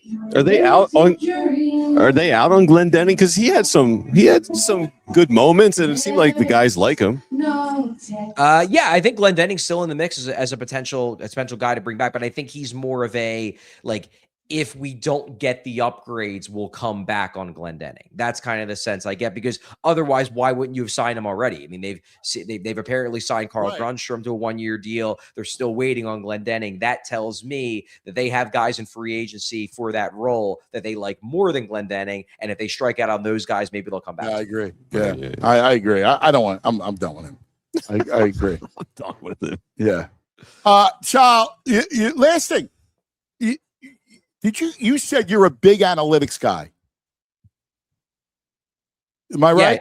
Oh, yeah. I thought you were going to continue. Yeah, I definitely consider myself a big analytics guy. I want to have at some point, not today, but I want to have a conversation about that versus your eye. Because you know the game inside and out. Yeah. And I'm wondering why you are more analytic. Because when it comes to sports, I'm not saying that they should come into play, but I am far from. I don't observe that religion.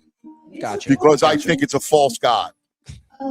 Yeah, I mean, I find a lot of value in tracking the numbers and having cold hard evidence to back up my views of players. And in hockey, I mean, I love it. I find it really, really valuable. But of course, I mean, it's not a foolproof thing. I mean, you have to obviously take into account, fit with teams. You have to take into account, chemistry. There's a lot that goes into it. But I do believe in the importance of, not just picking guys based on like, well, I like the cut of his jib. Like, I think that you can. I think all the intelligent teams in the league now, and the Flyers are included in this bunch because they have a pretty robust analytics staff. They use a combination of the two. Yes. I also would say that like the guy who just general managed, who built the team that won the cup this year, is one of the smartest analytiks people in the world, in Eric Tulsky. So now he doesn't just use numbers, but if it wasn't valuable, he wouldn't have built a cup. No, and listen, I see the value. I just don't. I think it goes overboard. And when you said that, it just was like, it was interesting. And it's not about cut of the jib. It's about like what kind of talent and what am I projecting from the talent, right? Like from the eye that you see in a player, and then utilizing that player with your knowledge of what the room is like, right? Yeah. And you do all that stuff. Like we're saying the same stuff, but Yeah. it's just interesting because I blanch sometimes at it, especially when it comes to baseball, because I think you could manipulate numbers and you could make numbers sing and dance. And I think sometimes people view it as a religion and they're under the guise of intelligence. And I blanch a little bit. Again, I think the best teams are a combination of everything. Yeah, I think my problem with the way analytics are used in baseball sometimes is I think it can serve to take the soul out of the game and make it a very cold and calculating game in terms of how players are viewed, in terms of how strategies are created. And that bothers me. I think it can make the game less entertaining. And I think that's on Major League Baseball. And they've done that in some regards. Like they need to make changes to the rules to de-incentivize like the heavy use of analytics in terms of like the shift and making, having teams change pitchers every single pitch because of the matchups and whatever. Yeah. I want to see starting pitchers go 7 innings. I find that fun, Right, especially in the World Series when you got Zach Wheeler on the mound. Exactly. Yeah, I'm with you. Guy, you're the best, buddy. We'll be following you, all day, all week. Just keep it up, man. You're the greatest. All right, sounds good. Thanks, guys. Thanks, buddy. There he is, Charlie O on the Xfinity Mobile call-in line. Jules doing magical work with trying to keep the music in the background. So you just kind of deal with it for us. Like it's kind of distracting, but what are you going to do? Hopefully it dies down a little bit. Right. Like the match is over at noon. So we're figuring it's a little early for sound check. And I mean, I can't see what's going on back there, but it doesn't seem like a big band, is it? Yeah, there's two people. Pretty extensive sound check. As a music industry guy, like a pretty extensive sound check going on back there. Like when I'm not sure when they come on, but hopefully it's later on in the day. All right. On that note, we'll come back. We're gonna take a quick TO for business. Come back and let's chop it up. I want your reaction, Danny D, on the Sixers. Yeah, and we'll look at the NBA. A little hoop. Love that. We'll cover Phillies together. All right, the three of us will cover that. We cover World Cup. We'll do it all. Let's do it. All right. Yes, sir. All right, but first, a word from our friends. Let's talk about the BetPark Sportsbook online casino app. Yeah, it's World Soccer Fever. You can tell by the musical interlude here. Everybody's got it. World Cup fever. You could get in some skin on the game with the BetPark Sportsbook online casino app. Who you got today? England -1.5 there, Mr. English, Soccer? Yeah, England -1.5 and over 6 corner kicks. That's what I just placed. All right, there he is. That's VJ's slaying it with Tooch. Check it out. You got to be betparks.com is all the details. You get $500 bonus dollars back, as well as 500 spins of the soccer game. Go, collect them. You got to be in PA, New Jersey, Michigan, Maryland, Ohio. You got to be 21. Gambling problem, call 1-800-GAMBLER. Now let's talk about Dick's Sporting Goods, my favorite. That's right. There's nothing better than, hey, can you take Aunt Master Dick's? Yeah, you got it. And I come around and I spend way too much money. I love it.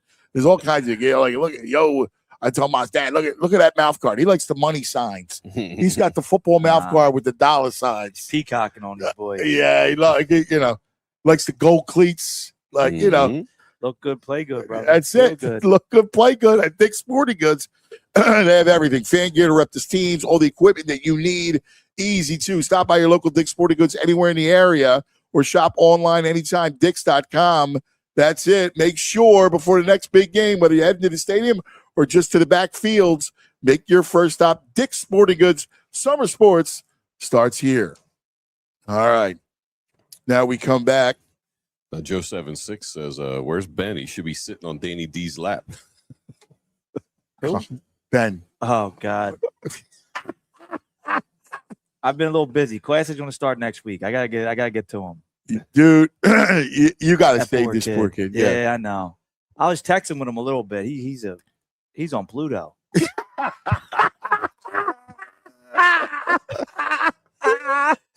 Oh, Nice kid, but Let me man. mess with you. He's on Pluto. we got our work cut out for our boy. But, Well, you're going to teach him Philadelphia. If anyone Philadelphia can do play. it, it's you. If anyone can do it, it's we're going to try. We got a lot of work, but we don't Yo, want some work. when is the field trip to the Port Richmond Yeah, pub? well, we got months to work on that. Yeah, you can't just. throw him He'll be in the a- corner in the fetal position, crying, Who's rocking the back guy? and forth. Who is the guy? The pool guy. The guy collected all the Yeah, money at the the box, pool. the numbers guy. Yeah. The numbers guy is the Yeah, best, yeah. right? Oh, So, like, just he's to vicious. recap, like, I felt clear. I felt at home. Like, I mean, that's the bar I grew up in, right? Yeah, Like, no you doubt. know, Malone's was just like that bar, right? On 18th and Rittner. No, yeah. And so I walk in, I land, like, you know, it's like, oh, yeah, this is a corner bar in Philadelphia. Like, this is the culture, right? So we're all hanging out, and you get the numbers guy. The numbers guy's like, yo, give me $20. The, you know, for the final score points. Halftime. Yeah, you know what I mean? You get this. You can't even ask what it's for. He's just like, give me the $20. Yeah, shut Yeah. up. And he's a ball breaker, right? Like how many times did they And So- if you don't, he just shames people. in the Yeah. plane. he just Like, buries it. he will bury you if you just try to say, I don't want to play anymore. Bury it. He'll just bury it. He was breaking my stones, you know, killing me, right? It's, like, it's a no-win situation because when you win, it just goes back on the bar. right. And He's you get gonna his heckled. cut. That's it. And you get heckled for not doing it. So, like, I mean, it's pure comedy. Yeah, it's awesome. It's a hell of a situation. But like those guys, like they have a PhD in ball breaking, right? Oh, like, yeah, he don't stop. you're like when I always tell the story that my hair grows out like an afro, right? Like Yeah. it just it's just out. And you know, when I was a kid, like I had the big hair, right? And so they would say, yo, Aunt, get over here. I got to clean some pots. Like Brillo pad. Like these are like dudes in their 20s. I was like an 8-year-old kid. Come over here. Go Brillo pad. Come over here. I got to clean some pots. like that was Yeah. life, right? Like, They're witty too, though, man. Like, they might be strong like wit. the best ball breakers are like they're really not smart guys, but they're incredibly witty at the same time. Oh, Yes. yes. Because like the dumbest stuff gets them going, but like the analogies Oh, they're that they strong. tie into are like Yeah. next level. Yeah. I got a couple of those in my group that they ain't the sharpest tools, but they like when they want to like bust They're balls, wit. Oh, they yeah. become Einstein. Like Yes. the things they correlate together. Mhm. It yeah. works. It's unbelievable. It's crazy. They can't spell cat, but they Yeah. can just Oh, come no, up with they can- something, yeah. a witticism Yeah. that will just, Oh, you know, yeah. There's multiple sets of them you in on my fire. friend group. We got a couple of those boys. So yeah, I want to see Ben in that environment. oh yeah, we'll get them there. Big Uh, for Eagles game. Yeah, like, Eagles games get packed in I there. just want to see him in that environment. The worst, the one we definitely can't bring him to a night Eagles game because they just drink all day. So by the time the game starts, Whacked. yeah, he'd be in danger. Yes. More mental abuse. Yes. Yeah, Mental yeah, abuse. it's nothing See, physical physically it'd be happening, fine. It'd yeah. just be mentally. No, but it would be funny if he spent all day, like an all day deal. I would love for him to document it and talk about his experience after. Yes. because his mind will be blown. What we should do. This Take actually. him out like every 30 minutes. Yes. Yeah. Listen, like his reaction to what's going on. That'd be really good content. So I don't know what he means when he says. This is what we need to do. All right. Yeah, We got to produce this. This is a movie. yeah, All right. I love this. And we'll do a short. Yeah, All right. And it's almost like you ever see when you have the woman in like she's in the wild with the gorillas yeah, and this is their natural habitat. yeah. Right. So there's a bit of that with the characters, I right? could probably get access to the cameras in there. We can get a little video feed of Ben in the wild. Right. And then you have, we're gonna lay out. This is the patsy. Like who gets eaten? Gets eaten like in the Like wild. the gazelles. Yeah. They get taken And out by the here's lion. Yes, this is Like a fawn, like a newborn. Right. Yeah. Like who are the mangy who's the mangy jungle guys? Like the hyenas? Hyenas. Yeah, yes, yeah. yes. Mm. Like I want to have Ben lets Poor Richard's pub loose. full of hyenas. bro. Right. Into the hyenas. And here's poor Ben. As he walks and he's reaching for a Yeah. beer. The hyenas are watching. He walks in the door. It's like the lead hyenas noticed him. Yeah. Everyone's laying in wait. He's ready to pounce. Like that. When will they fresh pounce? meat. Just waiting for him to turn his back for a second. That would be like. Tell me that's not a great that's- movie show, like a 20-minute movie. Next level. Joe yeah. 76 Right. is calling the movie Breaking Ben. Oh, I love it. I freaking love it. And think about it, right? Like you can have this whole thing. It's great. It's almost like what's the dog show movie? Best in Show. Yeah. Like Best in Show yeah. meets The Wild. Yeah, you got to get right? like an English narrator. Yes. Yeah, that'd be Yeah. good. Yeah. We'll get Sam from England to narrate it. Yes. You would have to get your boy from Love Island. Oh, yeah, he's a good narrator. Yeah, Ian. Sure. The British guy. Yeah. But we got But Sam. something We got like- Sam from yeah. England. You He'll got do to it. sound like Mutual of Omaha, though. It's got to sound like Yeah. an NPR Yeah. wildlife show. Yeah. Yes. Yes. But real quick, before we dive into anything, yesterday, so the season ends. There's a girls lacrosse like national tournament. Yeah. 8 teams within the top 25. So the 1 and 2 team, we finished third in the country. Wow. Did you really? The per rankings, yes. The 1 and 2 team ducked the tournament. We won the What? tournament. They didn't want to face you? So we won the national What? championship What? yesterday. Oh, in this tournament. congratulations. So Nice big work, shout out dude. to Coach Colleen, Coach Deb, and all the girls at PC Lax. So proud of them. Historic season. They're going to be in the Hall of Fame whenever that, Penn Charter has Hall of Fame. Whenever the first date is, that team will be in it. They are legendary. So congratulations. That's unbelievable. Yeah, man. So we were actually the 2 seed. They put the team that finished 5th in the country from Massachusetts ahead of us, and just the bracketing, and we beat them 11-3 in the championship. So Damn. yeah, Where were the other 2 teams from that they ducked you? New York Figures. and Maryland. Really? 2 big lads? New York and Connecticut. New York. Wow. Oh, And why? Connecticut's What a was big your one. reasoning? Who knows? I don't know. Can't tell you. They just didn't show They up. didn't want to come. So it is June, right? People, but like Did you guys It's have a to make a sport. trip somewhere and then they didn't it show up? was in Delaware. They was Mm. ran in Delaware. Okay. It's called High School Nationals, girls. So there's like a different brackets, and they do a championship national bracket. They had 8 teams, all teams within the top 25. Wow. That's great. Yeah, so big shout out to them. A lot of love. Congratulations on an amazing season. So, That's fantastic, yeah, just dude. wanna give them That's their great. flowers, man. They deserve it. That is awesome. Well, it took you a year. You're in there already winning championships. Yeah, man. Just trying to support them, man. Yeah, well, They're you they're give good well-oiled support. machine. Yeah. Dude, that's incredible, man. Pat Yeah. yourself on the back too. Yeah, it's fantastic. All right. Let's get into it. Let's dive into a little Phillies. So one of the things is we've been talking about this, the VG attitude. All right. He just got a bad attitude I've been toward the whole listening. thing. He's been coming up a little bit, right? He was down. He was out, right? He was completely out. He's been getting back, but he should be more excited. I understand. He says, "What did you say earlier? It's the same movie. You've seen it before." We just need it. We need it. I want some deadline editions. Yeah, I before I love get all Anthony in with on the it. Gage Wood thing, and I love holding him out till the end so no one gets a book on him. Yep. I love that theory. That's a supreme baseball That's mind. that's elite. That's elite knowledge right there. We need that. I love that. Hold him out till late September. Let him get some. But we need our bullpen is a little scary to me right now. Oh, it's That's- without a doubt. But here's the thing.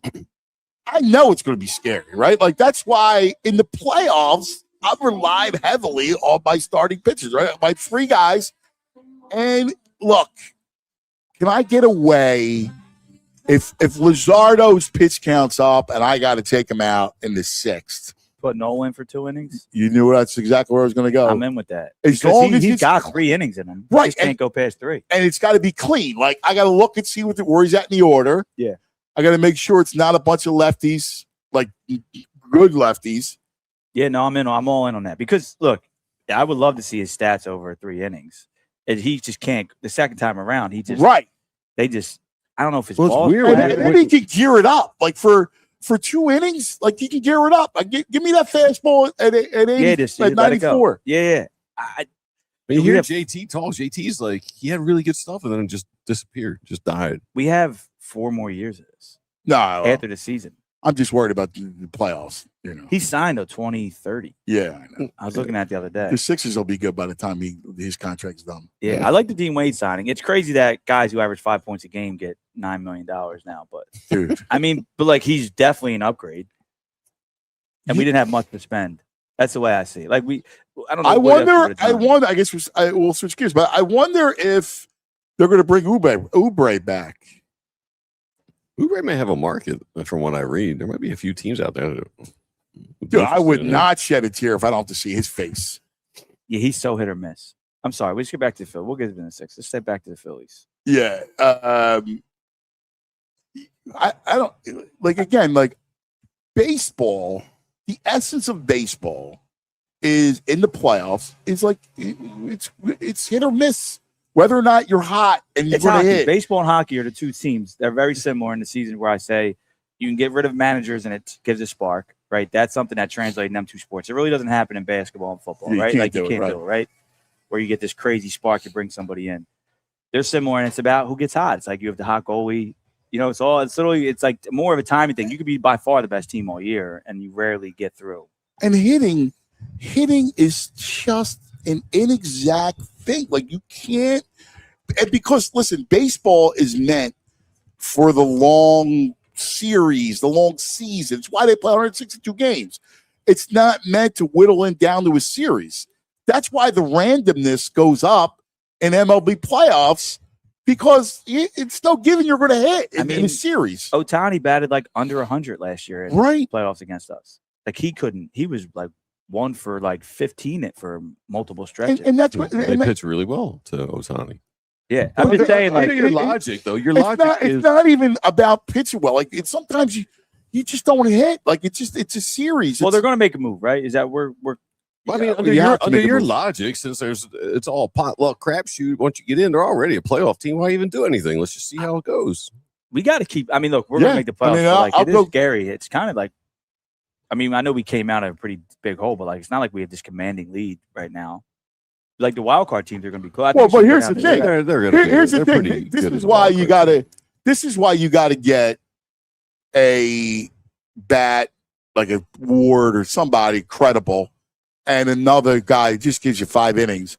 Is because you want to win a division. Yes, and Because we've if you never win a done that division, the last 5 years. you get rid of some of the randomness. Yes, Right? Like, that's a big deal if you win the division. And the Braves, you're 2.5 big games behind the Braves. Yeah. You could win this division. No, agreed. I'm in total favor of trying to win the division. I know people are like, I'd rather play that first series. You just rest. No, win the No division. way. The NL is too deep this year. You don't want that extra series. No. Let the teams beat Look each at other up. Florida. They're 46-40. It's crazy. They're only 4.5 back. I know. Them and the Nationals are both really good teams. Like they both can Did you win. see that's Kate at any Cavalli position. last night? No. So they're playing this Red Sox, right? Yeah. And Cavalli's their good. He's their Yeah. ace, right? Like he's pretty good. Yeah. So he strikes out Oh, I did see that. Contreras. Yeah. So sit down, boy. Yeah, I Oh, saw that. and Contreras, he's walking. He's like, "Are you talking to me?" Oh yeah. Like you can read his lips. Oh yeah. He went, "Are you talking to me?" And the next thing you know, I hell can't wait breaks for the lip loose. reader guy to get a hold of that one. Right? Right? He does all the Yeah. MLB stuff. The lip reader guy. Yeah. I can't wait for him to get a hold of that. Are you talking? He to me? screamed it like you can hear him say, "Sit down, boy." Yeah, That's exactly what he said. yeah, yeah, He was clear as day. Then he launched the helmet at him. yes. He dropped his helmet right when he was running at him, picked it up, and I'm And like, why did he pick it up? And he Like, threw it. watching it, I'm like, why is he picking it? Why did he put Yeah. it back on? Yeah, He picked it up to throw it at him. yes. That was amazing. And then Cavalli threw his hat at him. Yeah. like it was awesome. Yeah, it was really cool. I'll be honest with you, I loved it. I loved it. I love know? when guys get plunked in baseball. I love it. Yeah, I'm a big fan I'm a big fan of that. of that. I do. Hey, listen, Cavalli, like you gotta have stones, man, to be talking Yeah. trash like that. Oh, I know. Red Sox are going to be sellers, right? Yes, but I mean, They you got got a lot of got- lefties, left-handed bats. They have no bats. Their Yeah. lineup stinks. Trying to think who were going to be the sellers that we could try to pill. Usually it is the Marlins, but they're not going to sell this year, No, they're and especially 6 with the games over division. 500. They're ready to go. I mean, the Nationals could be the best team in baseball if they'd have bullpen. If they had a bullpen, they'd have like As of our series, they had 26 blown saves. yeah, if they had half of those converted, they'd have That 13 more wins. Insane. Yeah. In our series, and that was before we lit them up. They had 26 blown saves. Mhm. How is that even possible? That's insane. Not like tie games blown when they were in the lead in the ninth, 26. That's The insane. Mets, so that lineup is legit. Like you got Wood. Abrams is nasty. Wood's nasty. Garcia's nasty. and like they must have decent starting pitching That to be up, Mead is good. to be up Mead's turning going into a in the player. ninth. Yeah, well, That's insane. I feel like well, me and you they're- wouldn't blow. yes. It's Their almost starting impossible. pitching is If pretty they good. converted 10 of those 26 to be in first place, 54. Are That's you what I'm saying, serious? 10 of 26. Yeah. If they converted 10 of And 26, I think it's probably only pushing the 30 Dodgers right would have now. a better record. Are you serious? Yeah. And it's probably pushing 30 by this point. This was during our series. It was 26. Right. That's It was after the first one, I think. So, and then they blew another one. So that was 2. That's at least at 27. That's insane. It's a crazy stat. It's insane. Their run differential is 9. That's how bad their pitching is. I think they lead all of Major League Baseball, 460 runs scored. They've given up 451. Yeah, like that's And I would insane. love to know what the ratio is in the ninth inning. Yeah, because their starting pitching's not like that kid Cavalli's good. I know it's great. That is pitched one of well the most against the Phillies surprising on Sunday. stats ever that they had. Like this early in the season, like that's a whole season sometimes. It is. That's a bad season. It really, That's a bad season. it really is. 26 blown saves. I saw it. I insane. couldn't believe it. I'm like, there's no way that's true. Mhm. Now I'm stunned. I was like, that's just unbelievable. That's stunning. But I don't know. Like I feel good where they're at. No, the I like where Phillies. they're at. Down the stretch, you got a lot of division games. I'm worried that my only Atlanta looks dead to me, man. Atlanta looks dead. I'm worried about teams behind us. When we always at finish for like the Marlins and Nationals I know. and Atlanta, right? Yeah. Like Mets stink. I'm not worried about them at all. But those two teams, I'm like, they're not easy outs this No, year. Florida's not. Look at the numbers they're putting up in Colorado. I know it's Colorado, but They're not easy outs. to that finish kid the season Lopez, the historically. shortstop, What do we got to finish is this year? good. So they finished the last month is Arizona, 4 against the Braves, 3 against the Astros, 3 against the Braves, 2 against the Nats, 4 against the Mets, 3 against the Brewers, and 3 against the Rays. All right, it's Rays different. are playing. Rays are not bad. Rays are Brewers good, yeah. Brewers is going to be a big Yeah. series. Yeah. That's And you got you got to look seven at against September. Atlanta. I mean, this is what it is. Yeah. It's all going to come down It's to going to that. come down to that. Luckily, you got the Mets home. Mets are at City Field. Well, you should be able to. They win. broke That's the curse of that. That's 4 games. Yeah, Mets were 3. All right. The Braves. I mean, that's his division. Right That's there. going to be it. That's the That's division. coming out in September. They look dead. I don't know. Do you see Cunha? When's he coming back? I don't know. He's out. Strider's out. Strider's done. I mean, Yeah, he hasn't been the same. I mean, he looks shot. I mean, Phillies broke him He's a got couple years the ago. fastball's got not stop broke him. Yeah. Look, also looks like Turner's hitting stride a little bit. Well, that was my argument to VG. Yeah, that changes everything. Yeah. If he's like your guy, Yeah, he's getting at on the base start. table. Without it, you're not starting with now. You got the bats behind him. He's dangerous on the bases. It looks like Stott's catching some Yes. momentum at the end of the lineup.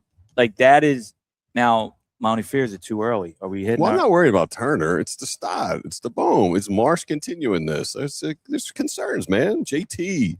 There's real concerns Yeah, other than the JT's batting top under 3. 200. No, I don't care about Last JT. month. Like But he's J- the best defensive Yeah, catcher in the exactly. game. Like JT, I don't care what he hits. I got Crawford's heating up a little bit. He won game. All right, a couple games. Yeah, I'm with VG with Crawford. I mean, the light hitting guy. I just All right, so I'm just saying you need 5 guys. In my mind, you need 5 guys to like carry you. Yeah, if you have 5 guys that are pretty solid. Turner, Schwarber, Harper. Hopefully, Marsh continues, And Taylor Ward. and then Award. You know, Yeah, so because you that can't count trade's on huge. Stott. I mean, you hope, but you can't count on Stott, and you can't count on Bohm, and no JT, and they can't count on. So that's what I'm saying. So who you need that 5th guy, right? Like right. who- That's who- the outfielder. That's all I'm saying. They need that one more guy. Thank you, to- Danny D. No, I'm all in. I on never him. disagree with you, but the only thing I said to you about this whole thing is you can't You got to predict embrace it. October. Like they're good enough in how the fact that you got 3 stud pitchers and a stud closer Yes. makes you a favorite. You know, you're not a dominant favorite, but makes you one of the favorites. I mean, you're a top 17 to win the World Series, right? Probably. Oh, you're yeah, top you did 7, not. top Dodgers. 5, American top League 5. stinks. I say they're third. That's what I'm saying. So all you got, and then again, like we talked about this in hockey, you just want to have a chance. This isn't Yeah. football, right? This isn't Right. this isn't basketball, right? Where the But we green- had 3 starters. We had a closer. We had the same studs last year. I just want yeah, to but switch it up a little bit. it's it's a timing thing, man. Baseball, it's about getting hot, right? It's about to. I'm with you. So I'm excited. Oh, we got to take a quick TO. Hindsight. Yep. Hindsight. What do you say, Jules? All right, let's talk about TrueMark. Yes. Have a quick TO. This one's worth hearing. TrueMark Credit Union just rolled out their new momentum checking, and it's built for everyday life. No big balance requirements, no hoops, no confusing tiers, just rewards for just how you bank. Use your debit card while you earn rewards on your everyday purchases. You get ATM fee reimbursements, plus access to high-yield savings option when you complete a few simple activities. And right now, there's a $250 bonus when you open a new momentum checking account and meet the qualifications. More perks, less hassle. That's a win. Check it out, TrueMark.com, or visit one of their 24 local branches. That's right, $250 bonus with new momentum checking and $1,000 qualifying direct deposits in 90 days. Prior checking members not eligible. Full details, visit TrueMark.com/momentum. Federally insured by the NCUA.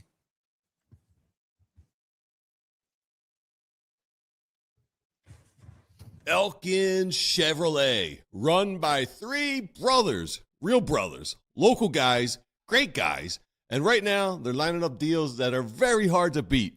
They got a huge inventory of Chevy trucks and SUVs, everything people actually want to drive. Equinoxes, Trailblazers, Tahoe Suburban, Silverados. And the prices, well, they're going to move fast. If you've been thinking about it, now's the time. Whether it's getting to a game, getting to work, or just getting out of town for a bit to maybe watch the Sixers or Flyers play, you'll drive off in the perfect ride at the perfect price. And here's the thing. This isn't just a one-and-done kind of place. These are the guys you go back to again and again because they treat you right. No runaround, no games, no haggling, no hassles, just real people, real deals. Elkin Chevrolet, real brothers, real deals, and a whole lot of honking good service going on. Super easy to get to. Route 73 South in Marlton. Elkin Chevrolet. Welcome back to Lemon Hill. Show presented by Xfinity.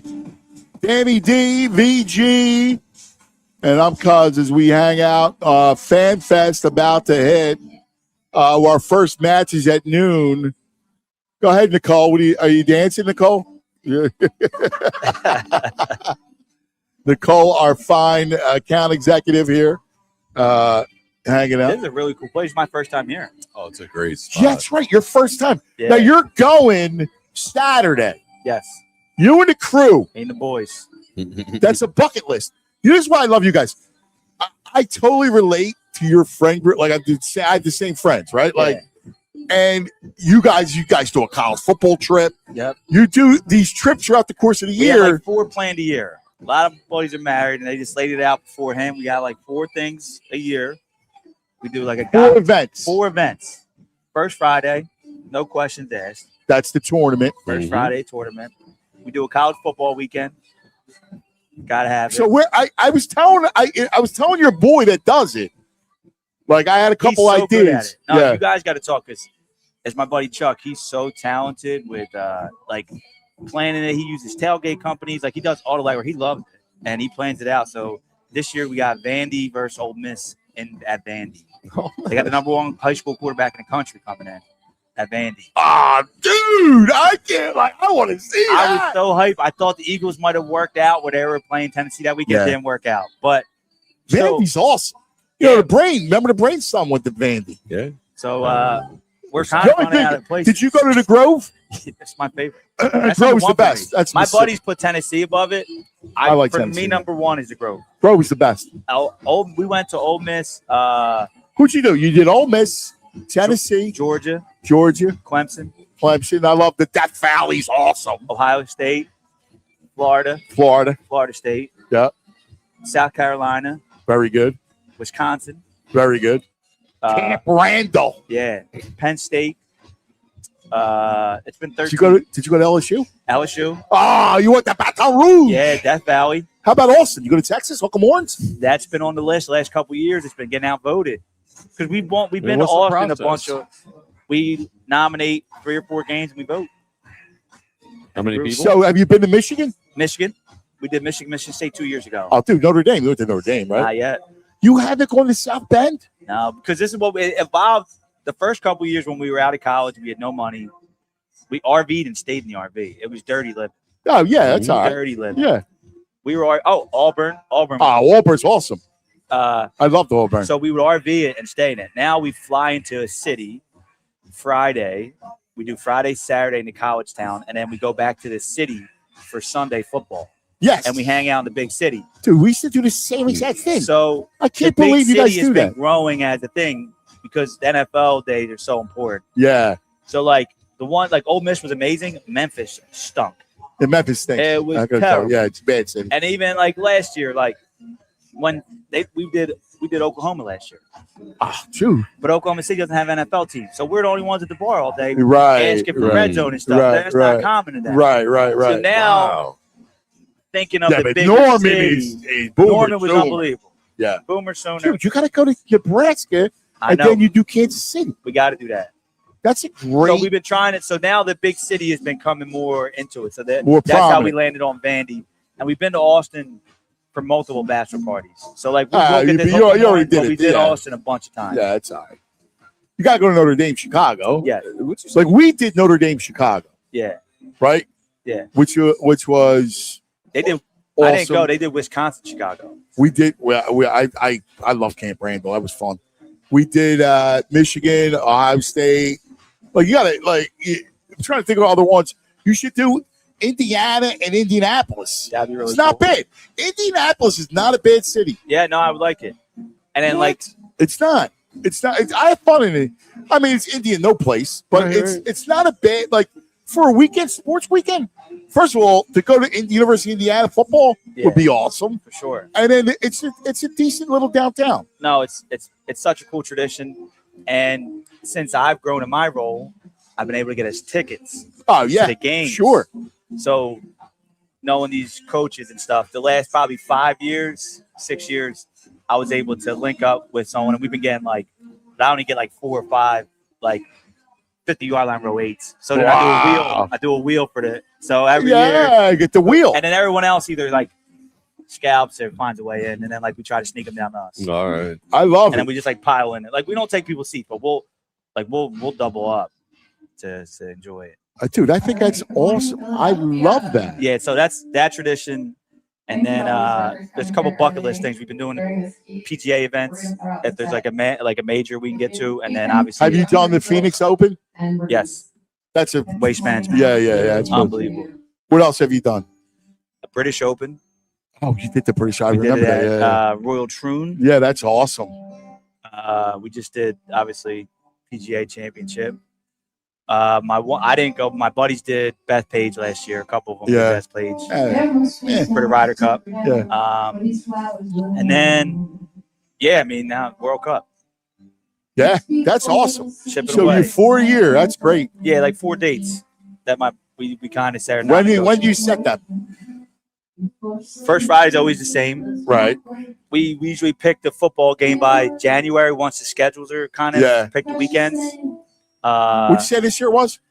Vandy, Yeah, right. Ole Yeah, Miss. yeah, that's great. Yeah. And then usually we do a weekend golf tournament every year, first or second week in June, depending. So yeah, That's awesome, dude. Yeah. That's great. That's me and my buddies to do the same yeah, thing. you gotta stay in touch. Man. Like we would do we did all the Michigans, Ohio States, and we still quote the We might have to lines. go out west. We've hit a lot. Dude, I gotta tell you, you gotta go to Oregon. Yeah.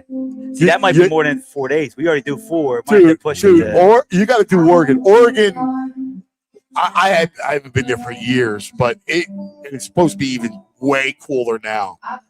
And I gotta get to UCLA. I got too many guys there. I got 2 kids on the team out there. UCLA? Yeah, you Dak should- and Maxwell Roy are out there. Yeah, you should do that. That's my favorite college campus, man. Oh, and we do Friday when we get there. We hit the school store. We just lock in with whoever. Love the team doing is. that, dude. I love this. That's the We go best. crazy at the school store. I told you the story, right? The Howie story. No. So years ago, Howie Roseman and I did a show. Yeah. Right. So they were playing. We were out in the West Coast playing the Rams and the Niners. Like we had to go up and down. I met them, and Howie says to me, "Dude, I got to go with Christina Laurie to this big meetings or whatever. I need to cover practice. Can you cover UCLA and USC practice? Wow. And I was like, yeah. I could do that. I was like, yeah, it was the greatest thing I ever, right? So I go to the school. I collect my credentials. Says Anthony Gargano, Philadelphia Eagles. Yeah. Scout. Right? Like, I got you the were frame. telling- You got a frame. You were that. telling me like that was one of the greatest moments of my life, right? so I walk up and I acted like I was full-time scout, right? Like I didn't act like Gotta I play was part, bro. right. So I see Sark, and I knew Sark a little bit through Lincoln Kennedy, and I was like, "Yo, Sark, what's up, brother?" Blah blah blah. Yo, no, man, what you doing, man? You know, like, it was awesome. It was just unbelievable. I did UCLA, and they didn't have any. Who's the receiver? USC had one receiver, went the first round late. So I wrote up a report. Howie goes, dude, this is a great report. I wrote like 10 pages on players. You're a writer. You know how to do that. You know what I mean? Yeah, like, you know, he was the eager student one. But also, impress Howard. But also, I feel like not all scouts probably put all their thoughts down correctly. It's an art form, right? I mean, you got to be able to write. I mean, Thank you. I don't think I'm not. I don't know how good I can verbalize it better, but like you probably knocked it out of the park right now. He was like, he loved it. Yeah. You know, loved it. It was great. It was one of my favorite things ever. Love Philly starts now.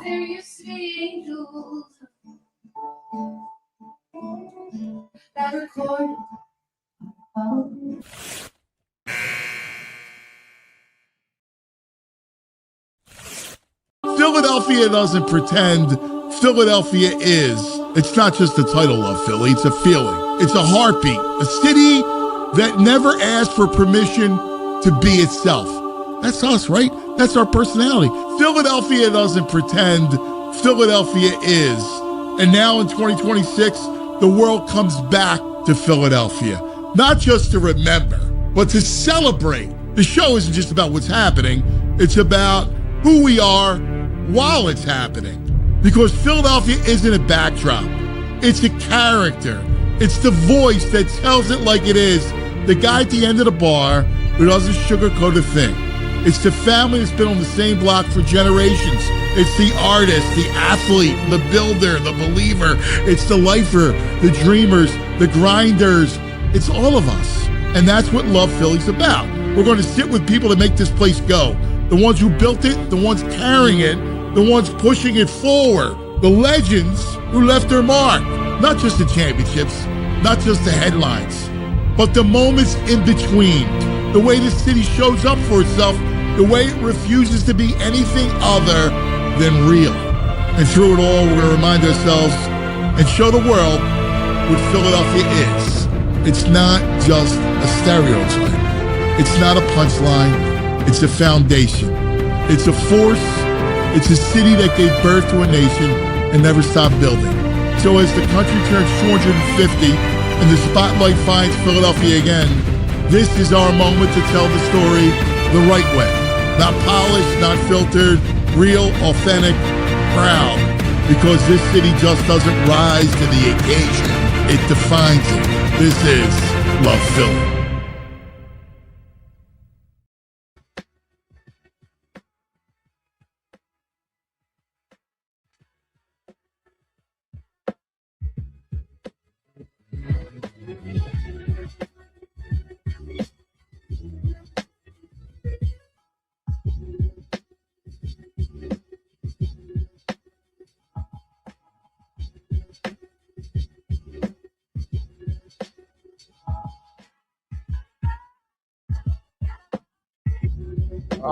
Welcome back. Love Philly. Wawa loves Philly.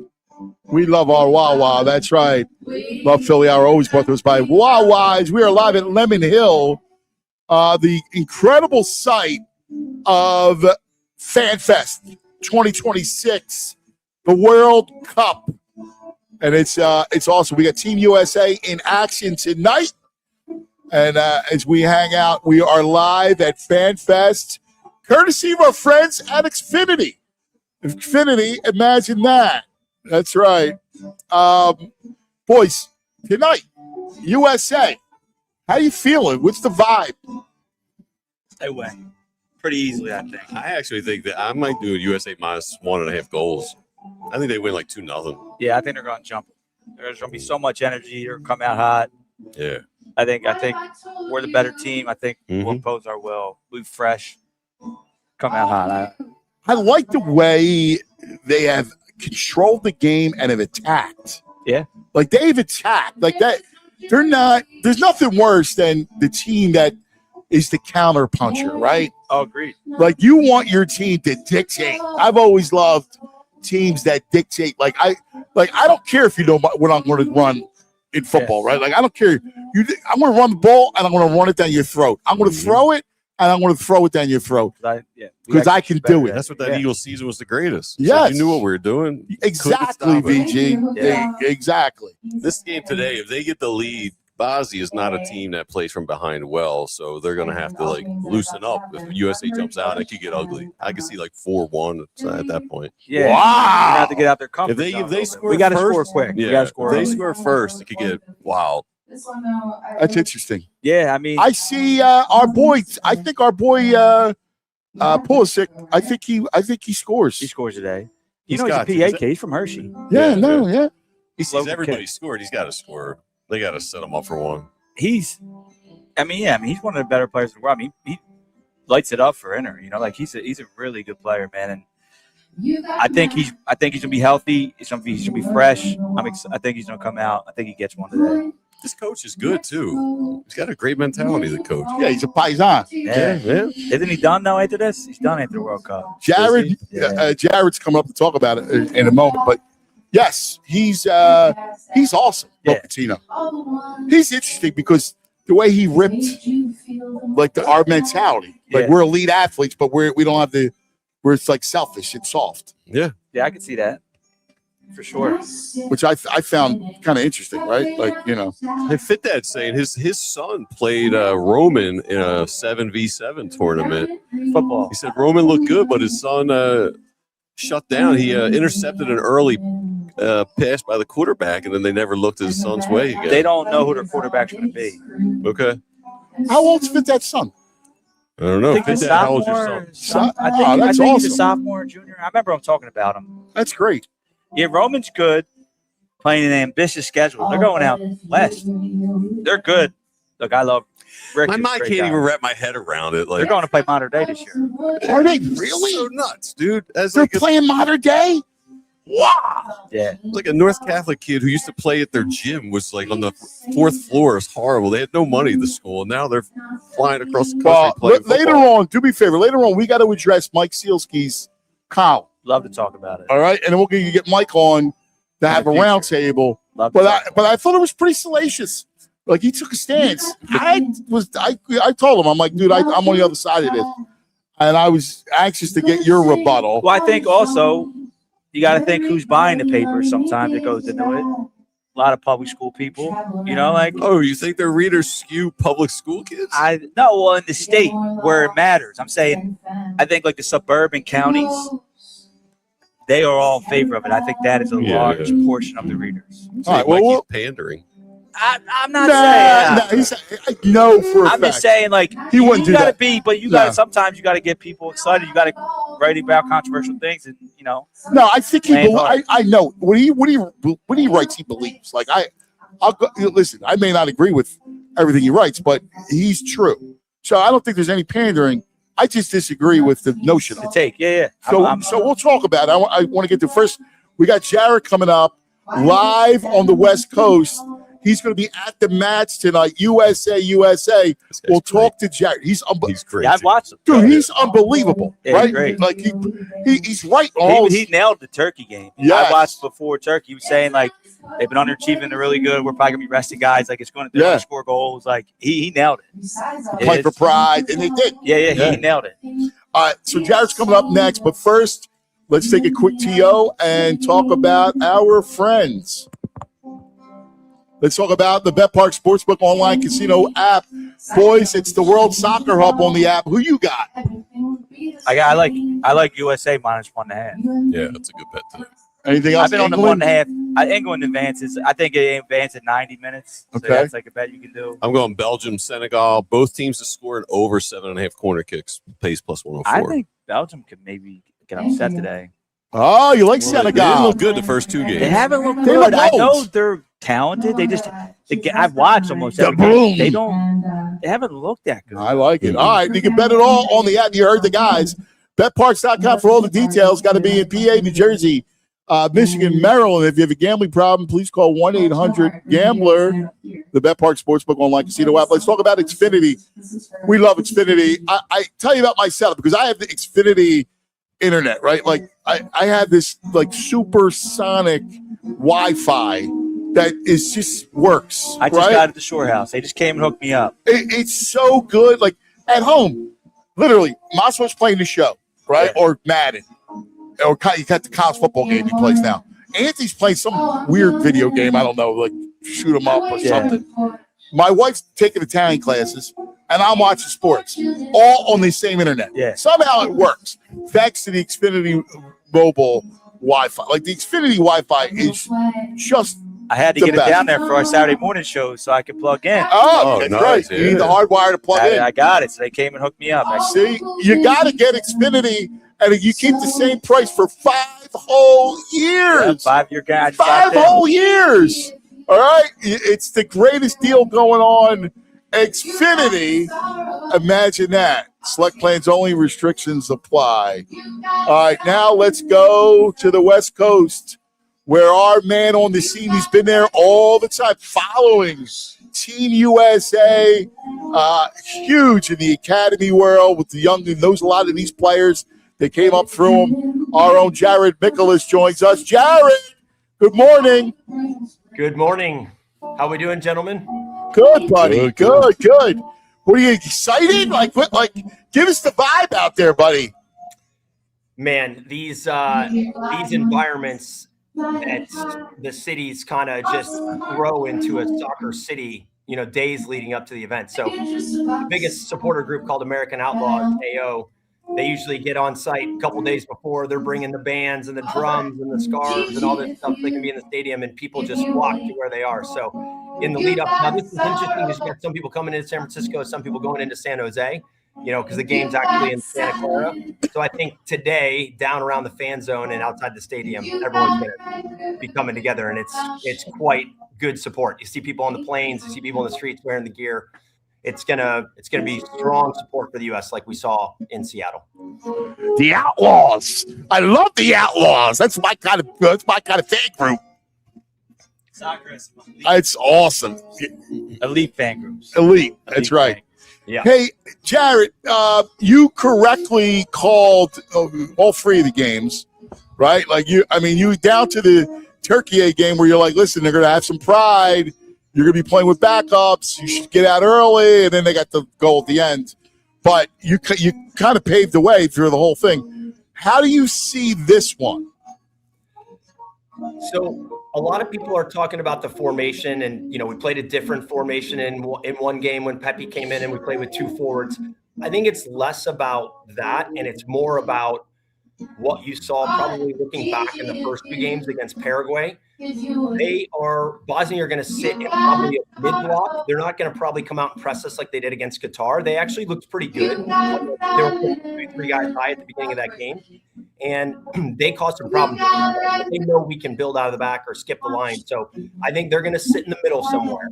And they've got to respect the fact that Dest and Robinson on the wings can get forward, because we're really playing in a 3 we're playing with 3 center backs and 2 wing backs, but Dest goes really high and Robinson has a license to go when he needs to. So they're going to have to kind of hold back. And the longer this game goes on for them, the better, right? What they don't want. We're always playing around town with our and then band. listen Please to the come game. out sometime That's and check us not- out. So I expect they're going to Thank be a you, little FIFA, more. for having us. This is the song about it. What do you think? What are you expecting from Pulisic? He looked good coming in as a sub. What are you expecting from him now? I think he's right back in the lineup for 90 minutes, and we were just taking ultimate caution. I mean, Yeah. if you come on and play like he did in the last 30, there's no reason he doesn't start this game. I'd say you've got to go with your best lineup, the lineup that we had in game 1, especially the way they're going to play is going to be similar. There are going to be some gaps to break through. in between they play with 4 backs as well. So I think central midfield and kind of unbalancing them in between the lines is going to be the key. So we need guys like Pulisic cutting inside. We need McKennie coming through and trying to find that. And Christian, they have to defend him. He's that dangerous. When you look at Bosnia, what do you worry? What most concerns you? Like, I know the guys were talking earlier about USA scores first. They're not a team that's built to come back. So, what is it that defensive struggle? They're a pretty big team.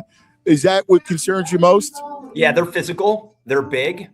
The thing that concerns me most is conceding a goal, or even being 0-0 somewhere in the second half, and then the nerves kick in a little bit and you lose this confidence that we've had. So I think the longer that that stays that way, the more Bosnia grows into the game. And they've got 2 wide players, and I think they're quite good. They're younger guys. Right-sided kid I mentioned before, he's an American, a Bosnian American. So he has played at the New England Revolution, now playing in Europe. He's on the right side. He can circle in. We call him dual nationals, Anthony. Good choice. He did come into the U.S. camp and did okay, but I think he could play more if he chose the other route. But they've got wide players. They're going to pump balls into the box, and you've got a world-class player in Edin Dzeko. He's older, but the guy knows how to score goals. So if the game stays 0-0 and they get the ball out wide and they start pumping into the box, that could be dangerous. It's instantly So when you kind of size everything up, does USA come out and just really try to dictate early, like judging by your, like, just be on the attack? Does Bocatino look to go, I'm just going to attack? Yep, he's been giving them confidence the whole time. It's the way the group wants to play.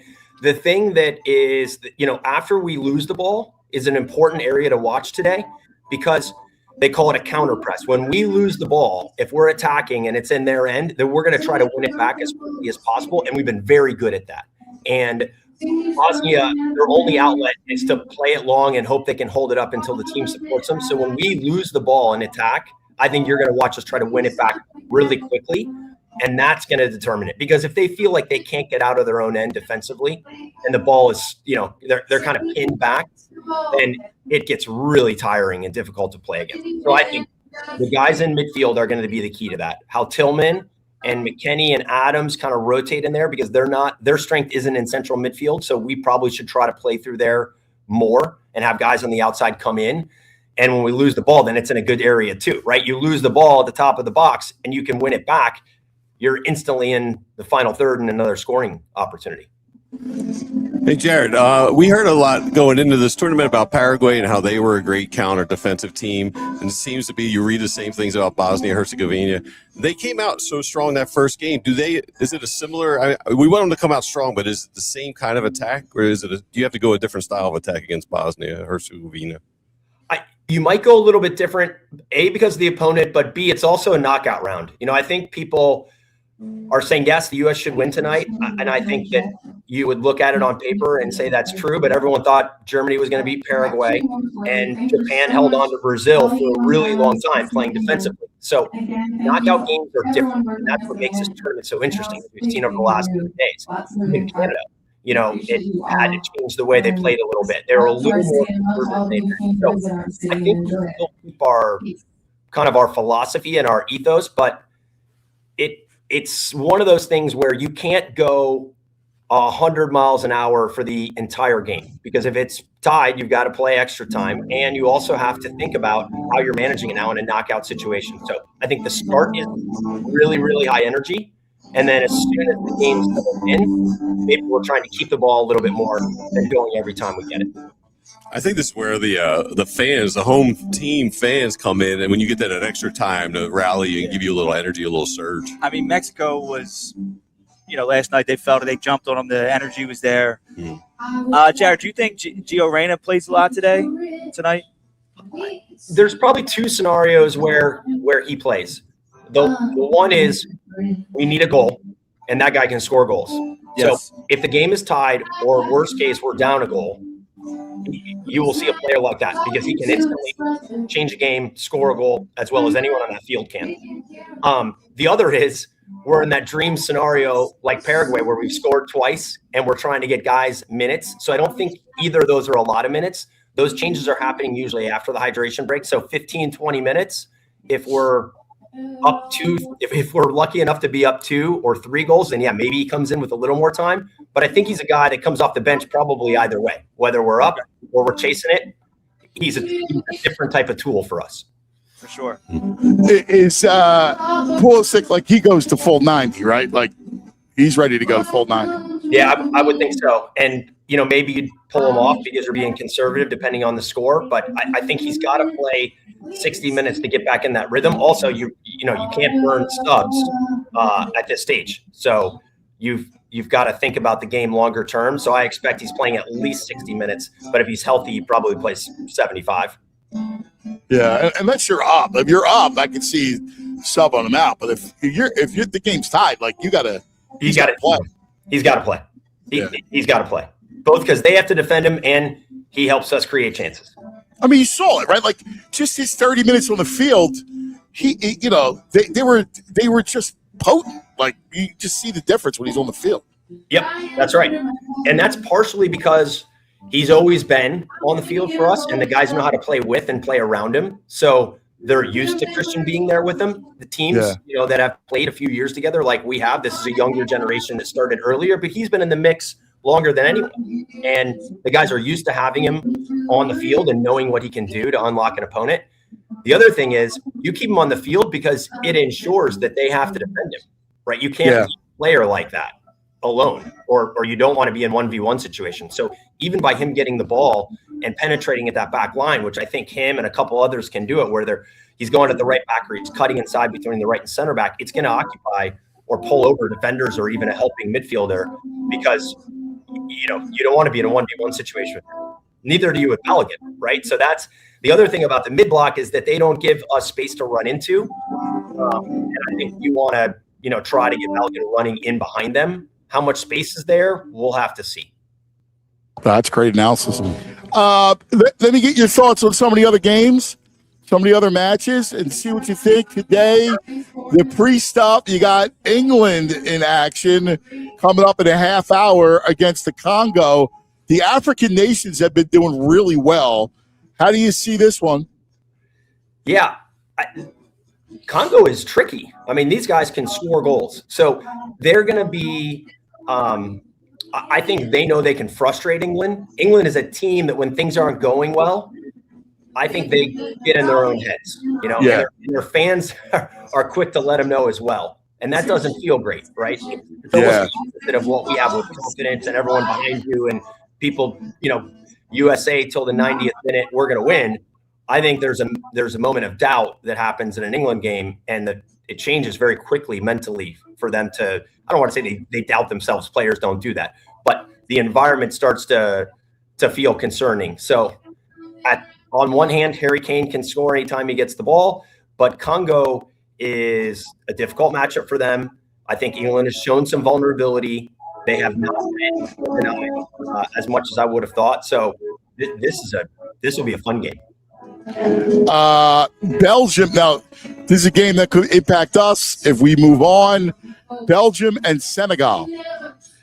Great matchup, and we know both these teams, right? It's ironically it's a team we played in the preparation for the World Cup in Atlanta, and then we played Belgium back in the March window. I've seen them play live that first game when they were still finding their feet, and I think this team is still trying to find their identity. We haven't seen the best Belgium. I don't know if we will see the best Belgium in this tournament.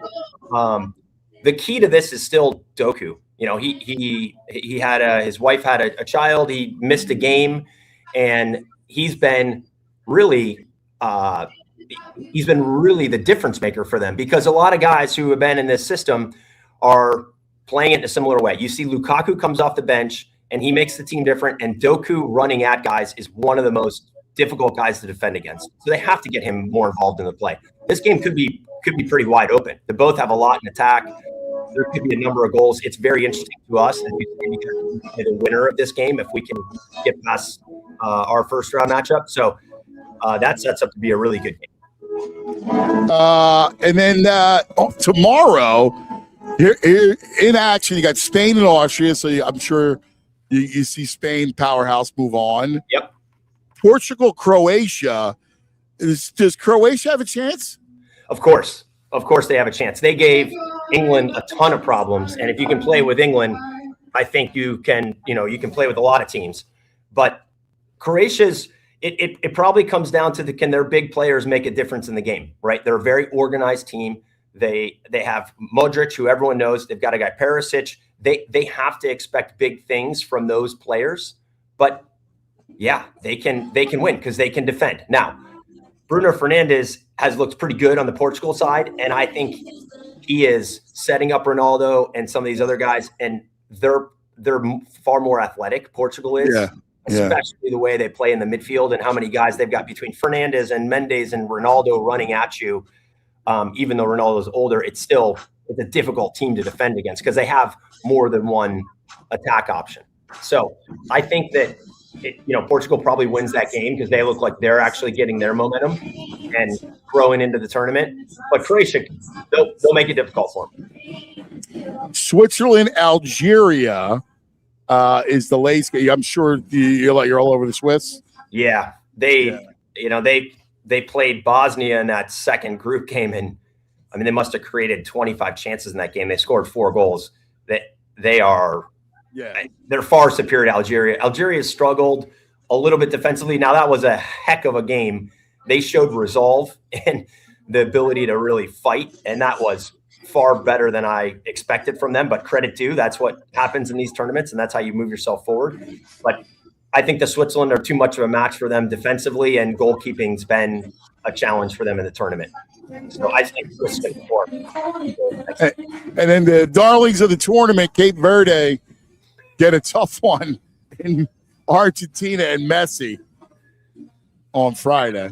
Yeah, at this point you're playing with house money, as they say, right? It's nothing to lose. You've already made your country proud. I don't want to say they'll be happy going home after this game. I think anyone who plays Argentina knows they can go home, including France. We saw that in the last World Cup, but they have kept teams at bay for a while. Maybe they try to get to halftime and see if they can steal, but I don't think they can play an open match with Argentina. They're going to come out on top. So listen, some of these teams, as good as they do to get out of the group, they're giant killers. France is one of them. We saw it yesterday. They look as good, if not better, than anyone in the tournament. Yeah, they do. Jared, great stuff, man. You are the best at this. You really are great, man. We love your insight and your analysis. It's just tremendous. Yeah, great to see you guys. Let's pull for our team tonight, and we'll do this again next week. USA. Let's do it. Love it, buddy. All right, Jared. Appreciate it, buddy. Enjoy the game. There he is, Jared Mikolas.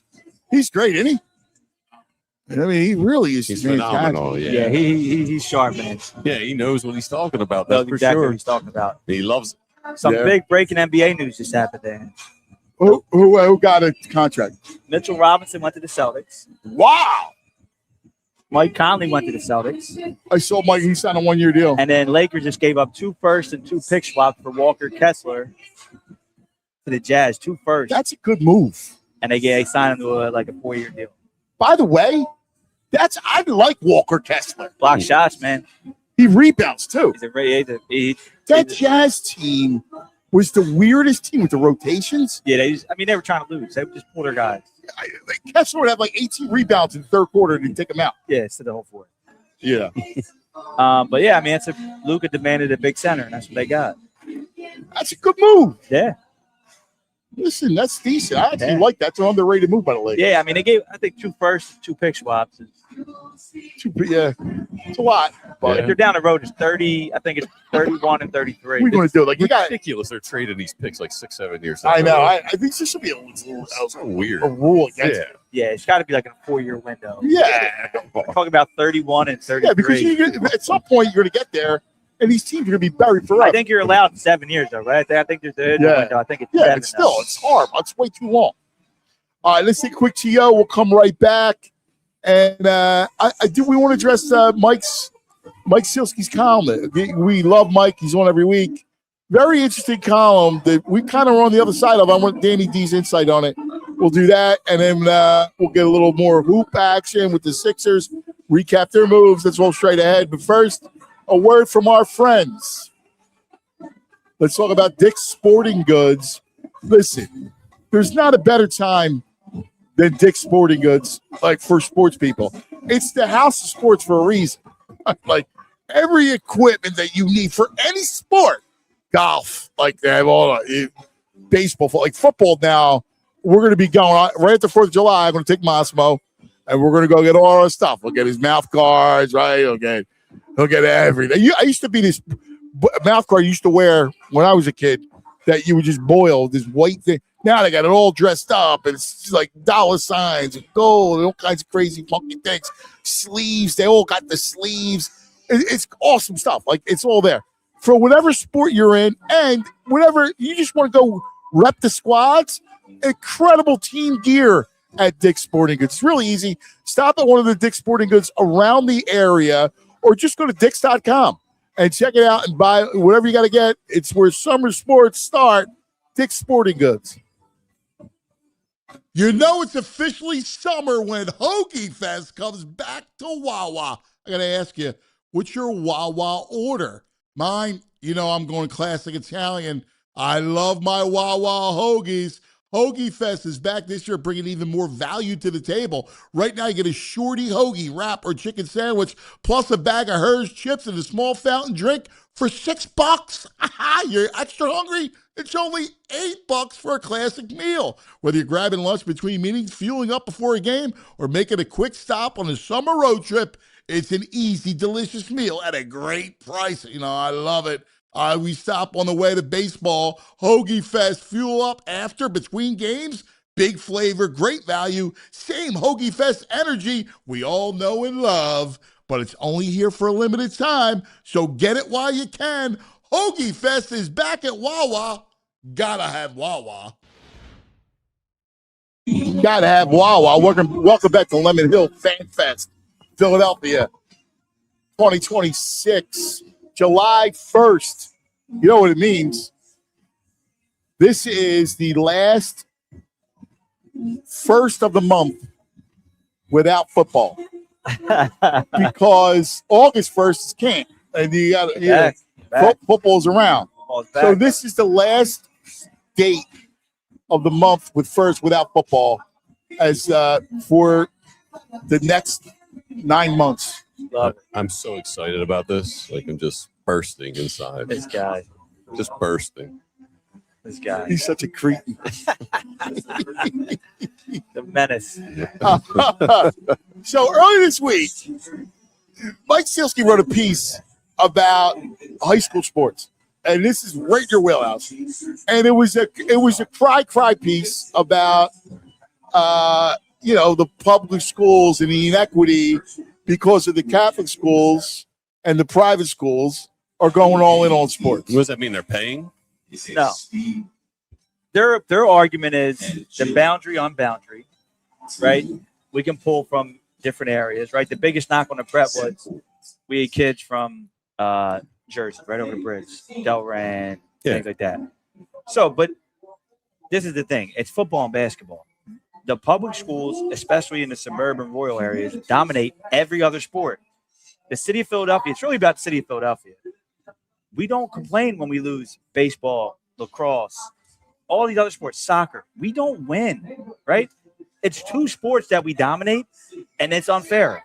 But no one talks about all the facilities, all the advantages that these bigger schools, public money have, right? These massive campuses and these facilities that they have.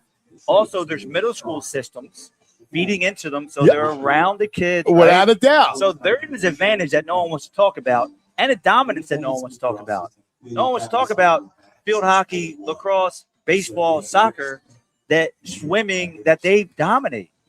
The public schools dominate. So just call it what it is. It's two sports. Now, it is two major sports. Check this out. But the facility parity, also, my biggest knock is like when I was at the prep, we played a team from Pittsburgh area. and they had like a 70-mile radius. It was 2 schools feeding to one. They had like 6,000 kids. The prep, we had 900, right? It's like they had all the facilities in the world. We don't have the field. No, they didn't have a field.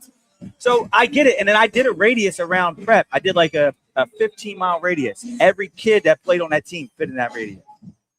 Just because there's a body of water doesn't mean right anything. Like if we're talking radiuses, that's what if you put it around the prep, that South Jersey hits it, right? Like that's right over the bridge. So that was my always biggest knock. Listen, is like the prep is closer to my house than St. Augustine is. Agreed. So like that was always my big knock, and I would always say, like, what about every other sport? Oh, we don't want to talk about the other sports. We just want to talk about the inequity. My 2021, we lost state championship Mount Lebanon. They had one of the most historic teams of all time. Kid just got drafted by the Steelers. Went to Navy. Yeah. Heinrich or I know you told that. Yeah. What, they don't want to play the best? Like, that team beat every public school by 60, 70 points. Right. They beat us the state championship by 14. It's a great game, right? But, like, why wouldn't you want to play the best? That team will be remembered forever, right? For winning the state championship in 2021 and taking down St. Joe's Prep, which was, put them on the map. So they got to see where they were, right? Like, why do you want to split this and have fake championships, right? Like, a couple years ago, a suburban team was beating team. It was like the most historic run. Garnet Valley, they're beating everyone by 40, 50 points. Yeah. We beat them by 45. So do you really want to know who you are, or do you not want to know who you are, where you stand, right? Do you want a fake championship, a fake trophy, or you want to play the best in your area, right? Like, it's different. I completely disagree about splitting it and trying to penalize these schools. The numbers are different. The facilities are different. There's a lot of things that go in their favor. Now, look, there is pros to getting kids and not having like a set base.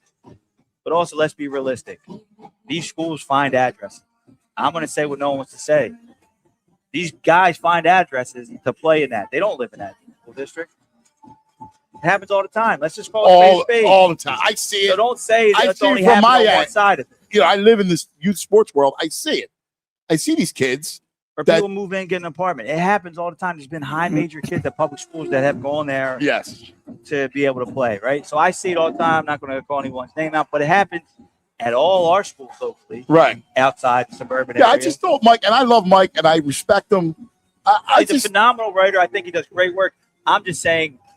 Yeah, I thought he was out. Talk about the juice focus and say, well, they dominate. Say the full story. Because the Philadelphia Catholic League probably has won like 3 baseball state championships since they joined total in all the classifications. Right. That's going to change, though. It's going to change. But I'm just saying, like, and it's trending, but like also soccer and girls field hockey and boys lacrosse and girls lacrosse, right? Like, boys fencing, which Sealski's son plays. And I don't know any city schools that are good at fencing. I'm just saying there's a lot that goes into it. Golf championships, right? Like, we have tennis. There's so many sports because of the facilities and stuff that they can dominate at. And we're not saying it's not fair. The Catholic schools, the private schools aren't saying, hey, this isn't fair. Well, I'll give you some more ammo because I see it from my youth level, right? Like, so football is run by the local public school. Yeah. If you go to Jersey or a lot of places, the public school has the youth program. Yeah. Right? So they have all their kids, and it's supposed to be a feeder for the public school. Yeah. Like, I know, believe me, I know it firsthand, where you got coaches that are going to go, hey, you got to come here. Yeah. And by the way, they leverage the kids. Like, if they think the kid's not going to the local public school, they're not going to play the kid at certain points, at certain positions, because that's how it works. Yeah, no, that's a huge advantage. Agreed. For these public schools. Agreed. So look, there is some inequities. It's going to be, that's life, right? It ain't always going to be the even playing field, but it's not to what the cry is on the other side. And I also believe that there's a lot of advantages that people don't talk about. Like you're talking about, Ant, the middle school system, the facilities are a huge, like having those facilities and training facilities and having space and not have to worry about where you're practicing every day and having massive turf facilities and great complexes. It means a lot. So I'm just saying, look, there's inequities in life. That's life. I believe the best will play the best. I don't think it is what it is in that article. And I think that people don't know all the facts always, and they, I'm in it. I see it firsthand. So Well, I look forward to it. We're gonna when Mike gets back from vacation, we'll have him on and we'll chop it up. it'd be great. We'll do a whole thing. Let's say quick TO. I want to get Sixers and hoops because there was 2 moves. 2 moves for the boys. 10, 9, 8, 7. I know you're excited. BT is on board. But let's take a quick TO, talk about our friends. Talk about Rothman. That's right. Talk about staying in the game. Playing if pain is slowing you down, knee, shoulder, back, whatever it is, you don't have to just deal with it. The team at Rothman Orthopedics got you covered. They've been recognized #1 physician practice in the country by Castle Connolly for having the most top doctors in the region. That's it. The elite expertise trusted nationwide. You don't know what type of special schedule with. Use their fast scheduling program to connect with their VIP scheduling team to get you set up with the appropriate specialist for your injury. Rothman now gets you immediate access to an orthopedic expert for guidance when you need it. At Rothman Orthopedics, your mobility, their mission. Book today, rothmanortho.com/PHLY. Get back to doing what you love, pain-free. That's right, pain-free. Now let's talk about, Valley Forge. Because you know the deal. Listen, sometimes you just don't want to go far. You're not looking to do some brain excursion or baldy excursion through Asia. Just go to Montgomery County, man. A couple days R&R. A little bit of everything. History, shopping, entertainment, outdoor adventure, great food. All just outside the city. Explore Valley Forge National Historical Park. Shops at the KOP. The hidden gems and inns and all that stuff of Montgomery County. No better time than with USA celebrating 250. All right, whether it's a couples trip, family weekend, sports road trip, or just a chance to unplug for a few days, Montgomery County makes it easy to get away without going far. Plan your trip, book your stay, and start your retreat today at valleyforge.org. That's valleyforge.org. We're approaching match time pretty soon. In about 10 minutes, England kicks it off. Boys, Sixers, we're in the throes of, right? 10 minutes till NHL Free Agency. NBA's wacky and wild. Sixers get Dean Wade and Huck Porty, the center, the third-string center from the Knicks, who is, he's athletic big. Is he a better Bona? I think so. He is. I think he's a actually higher not- IQ bone. Okay. I mean, I'll be honest with you. We were going to look at it scoff, but it actually makes sense. No, you need depth. You saw it, like, especially now with Embiid. Like, you know when he's going to play, how long he's going to play for, who knows.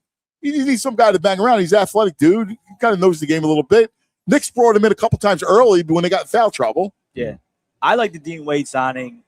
I know his numbers aren't very, they're not going to wow people, but he's a very good defender.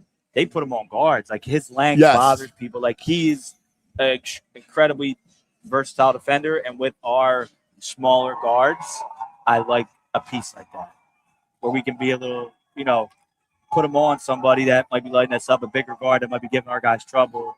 Let them guard someone that's going to stand at the three-point line with more size, right? I like that versatility that he brings. So I like it. I mean, look, we didn't have a ton of money to spend. It fits in. And it does what it does, which is, look, let's be real. You're not winning anything. No. So you're looking just for little pieces to try to kind of get you through it. And I agree. I think the one thing about Gansey is he strikes me as a basketball guy. Like, he just kind of knows the game. Like, so I get what he's thinking about. Yeah, no, for sure. And the more I watched about LeBaron, dude, he's gonna be good. Oh, he's gonna be a guy. Dude, I like this a lot. player. He can play. He can just fat out. That's right, because we didn't talk His to him. handle's nuts. He's like got a high IQ. Like, he's a bucket. Don't get me wrong, but like, he makes really smart plays. He does. And like, we had no depth at point. Like, who handled the ball if Maxey had it? By the way, Maxey's not a point. Yeah, and like, he had no lead guard. And he complained about it a little bit. Like, a lot of time the book on this year, run two at him, get the ball off his hands early. So if we could have someone bring it up, start him off the ball. Right. Let him run off some screens, get some space. Because if That you takes bringing a it lot up, out they of were just, them. they're making them work. They're throwing 2-3 guys at them and then not let them get it back. Right. This way we can kind of at times have them more off the ball. Now I don't love the size in the backcourt with them too, but yeah, I mean it's another option. It gives Max a little bit more freedom. I agree. I'm with you. I guess after the signings and stuff, they still have 13.2 under the first apron, and they got 2 roster spots to fill. Kelly Oubre possibly being one of them. So what's he get? 10 though? I mean he's probably got a market at 10 a year, I'd imagine. I hope he. I feel like someone will give him more than that. I hope Maybe. so. I think someone's gonna I mean, take Mo him. Wagner just got 2 Right. for 20. Right. I hope he's gone. NBA's funny money. They're playing with Monopoly money over there. It's great. Yo, you should turn the cameras around and show the girls. Because Jules and Nicole are dancing. Yeah, Jules is there. Poor Jules. The DJ, right? The Spotify, they're playing Spotify into that. Right? Like Jules is trying to navigate the whole thing. And now they sing the national anthem. And Pierre Lebrun, hockey writer. Yeah. Reunion in Philadelphia. No. The Flyers expected to be among the teams trying to sign Claude Giroux when Nah. it goes to market today. No. I liked it until today when they said when Charlie was talking about the dynamic in the locker I room. don't like that at all. You don't want those guys reverting back. I feel like we're at the stadium. They got some serious speakers here. Yeah, they do. Wow, it's impressive. Yeah. Yeah, man.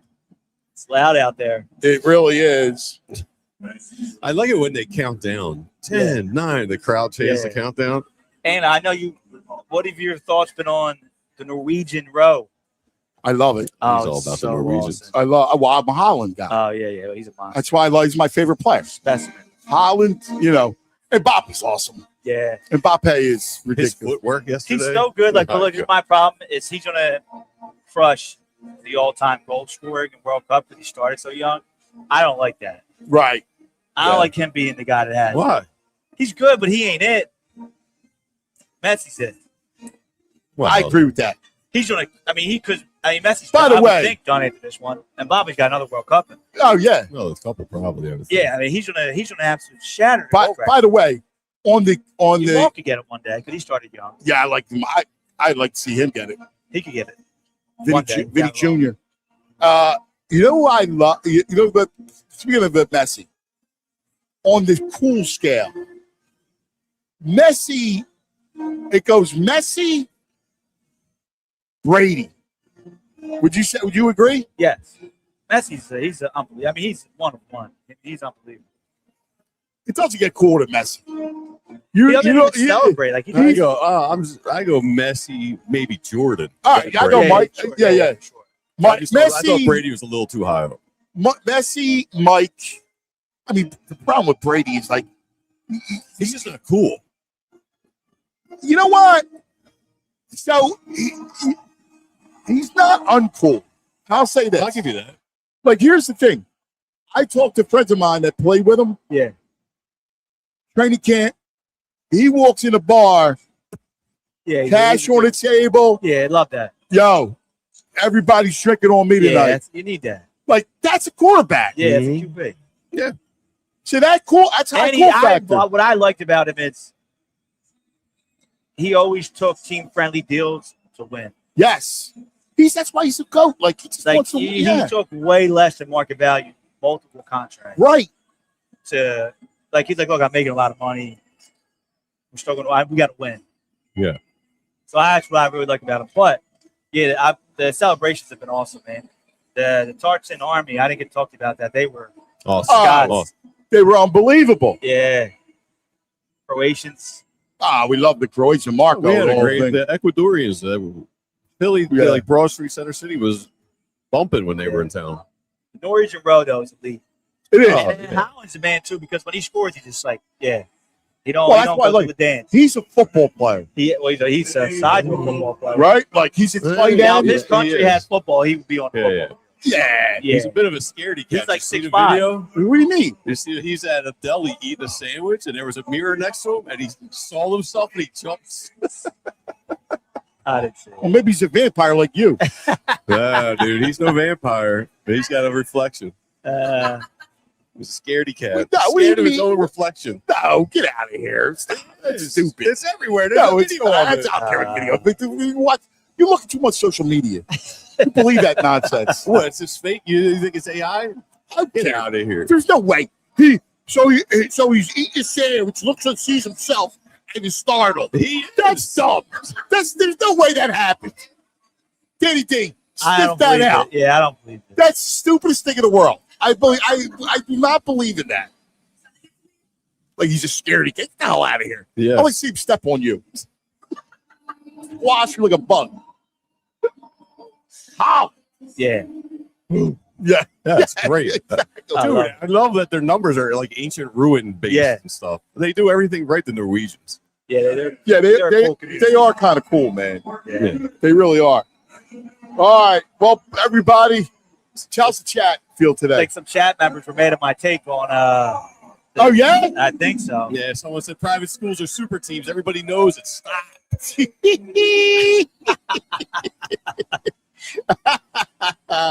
By the way, what's wrong with building elite programs? Iron sharpens iron, man. Come on, baby. That's it. Like, come get it. You know.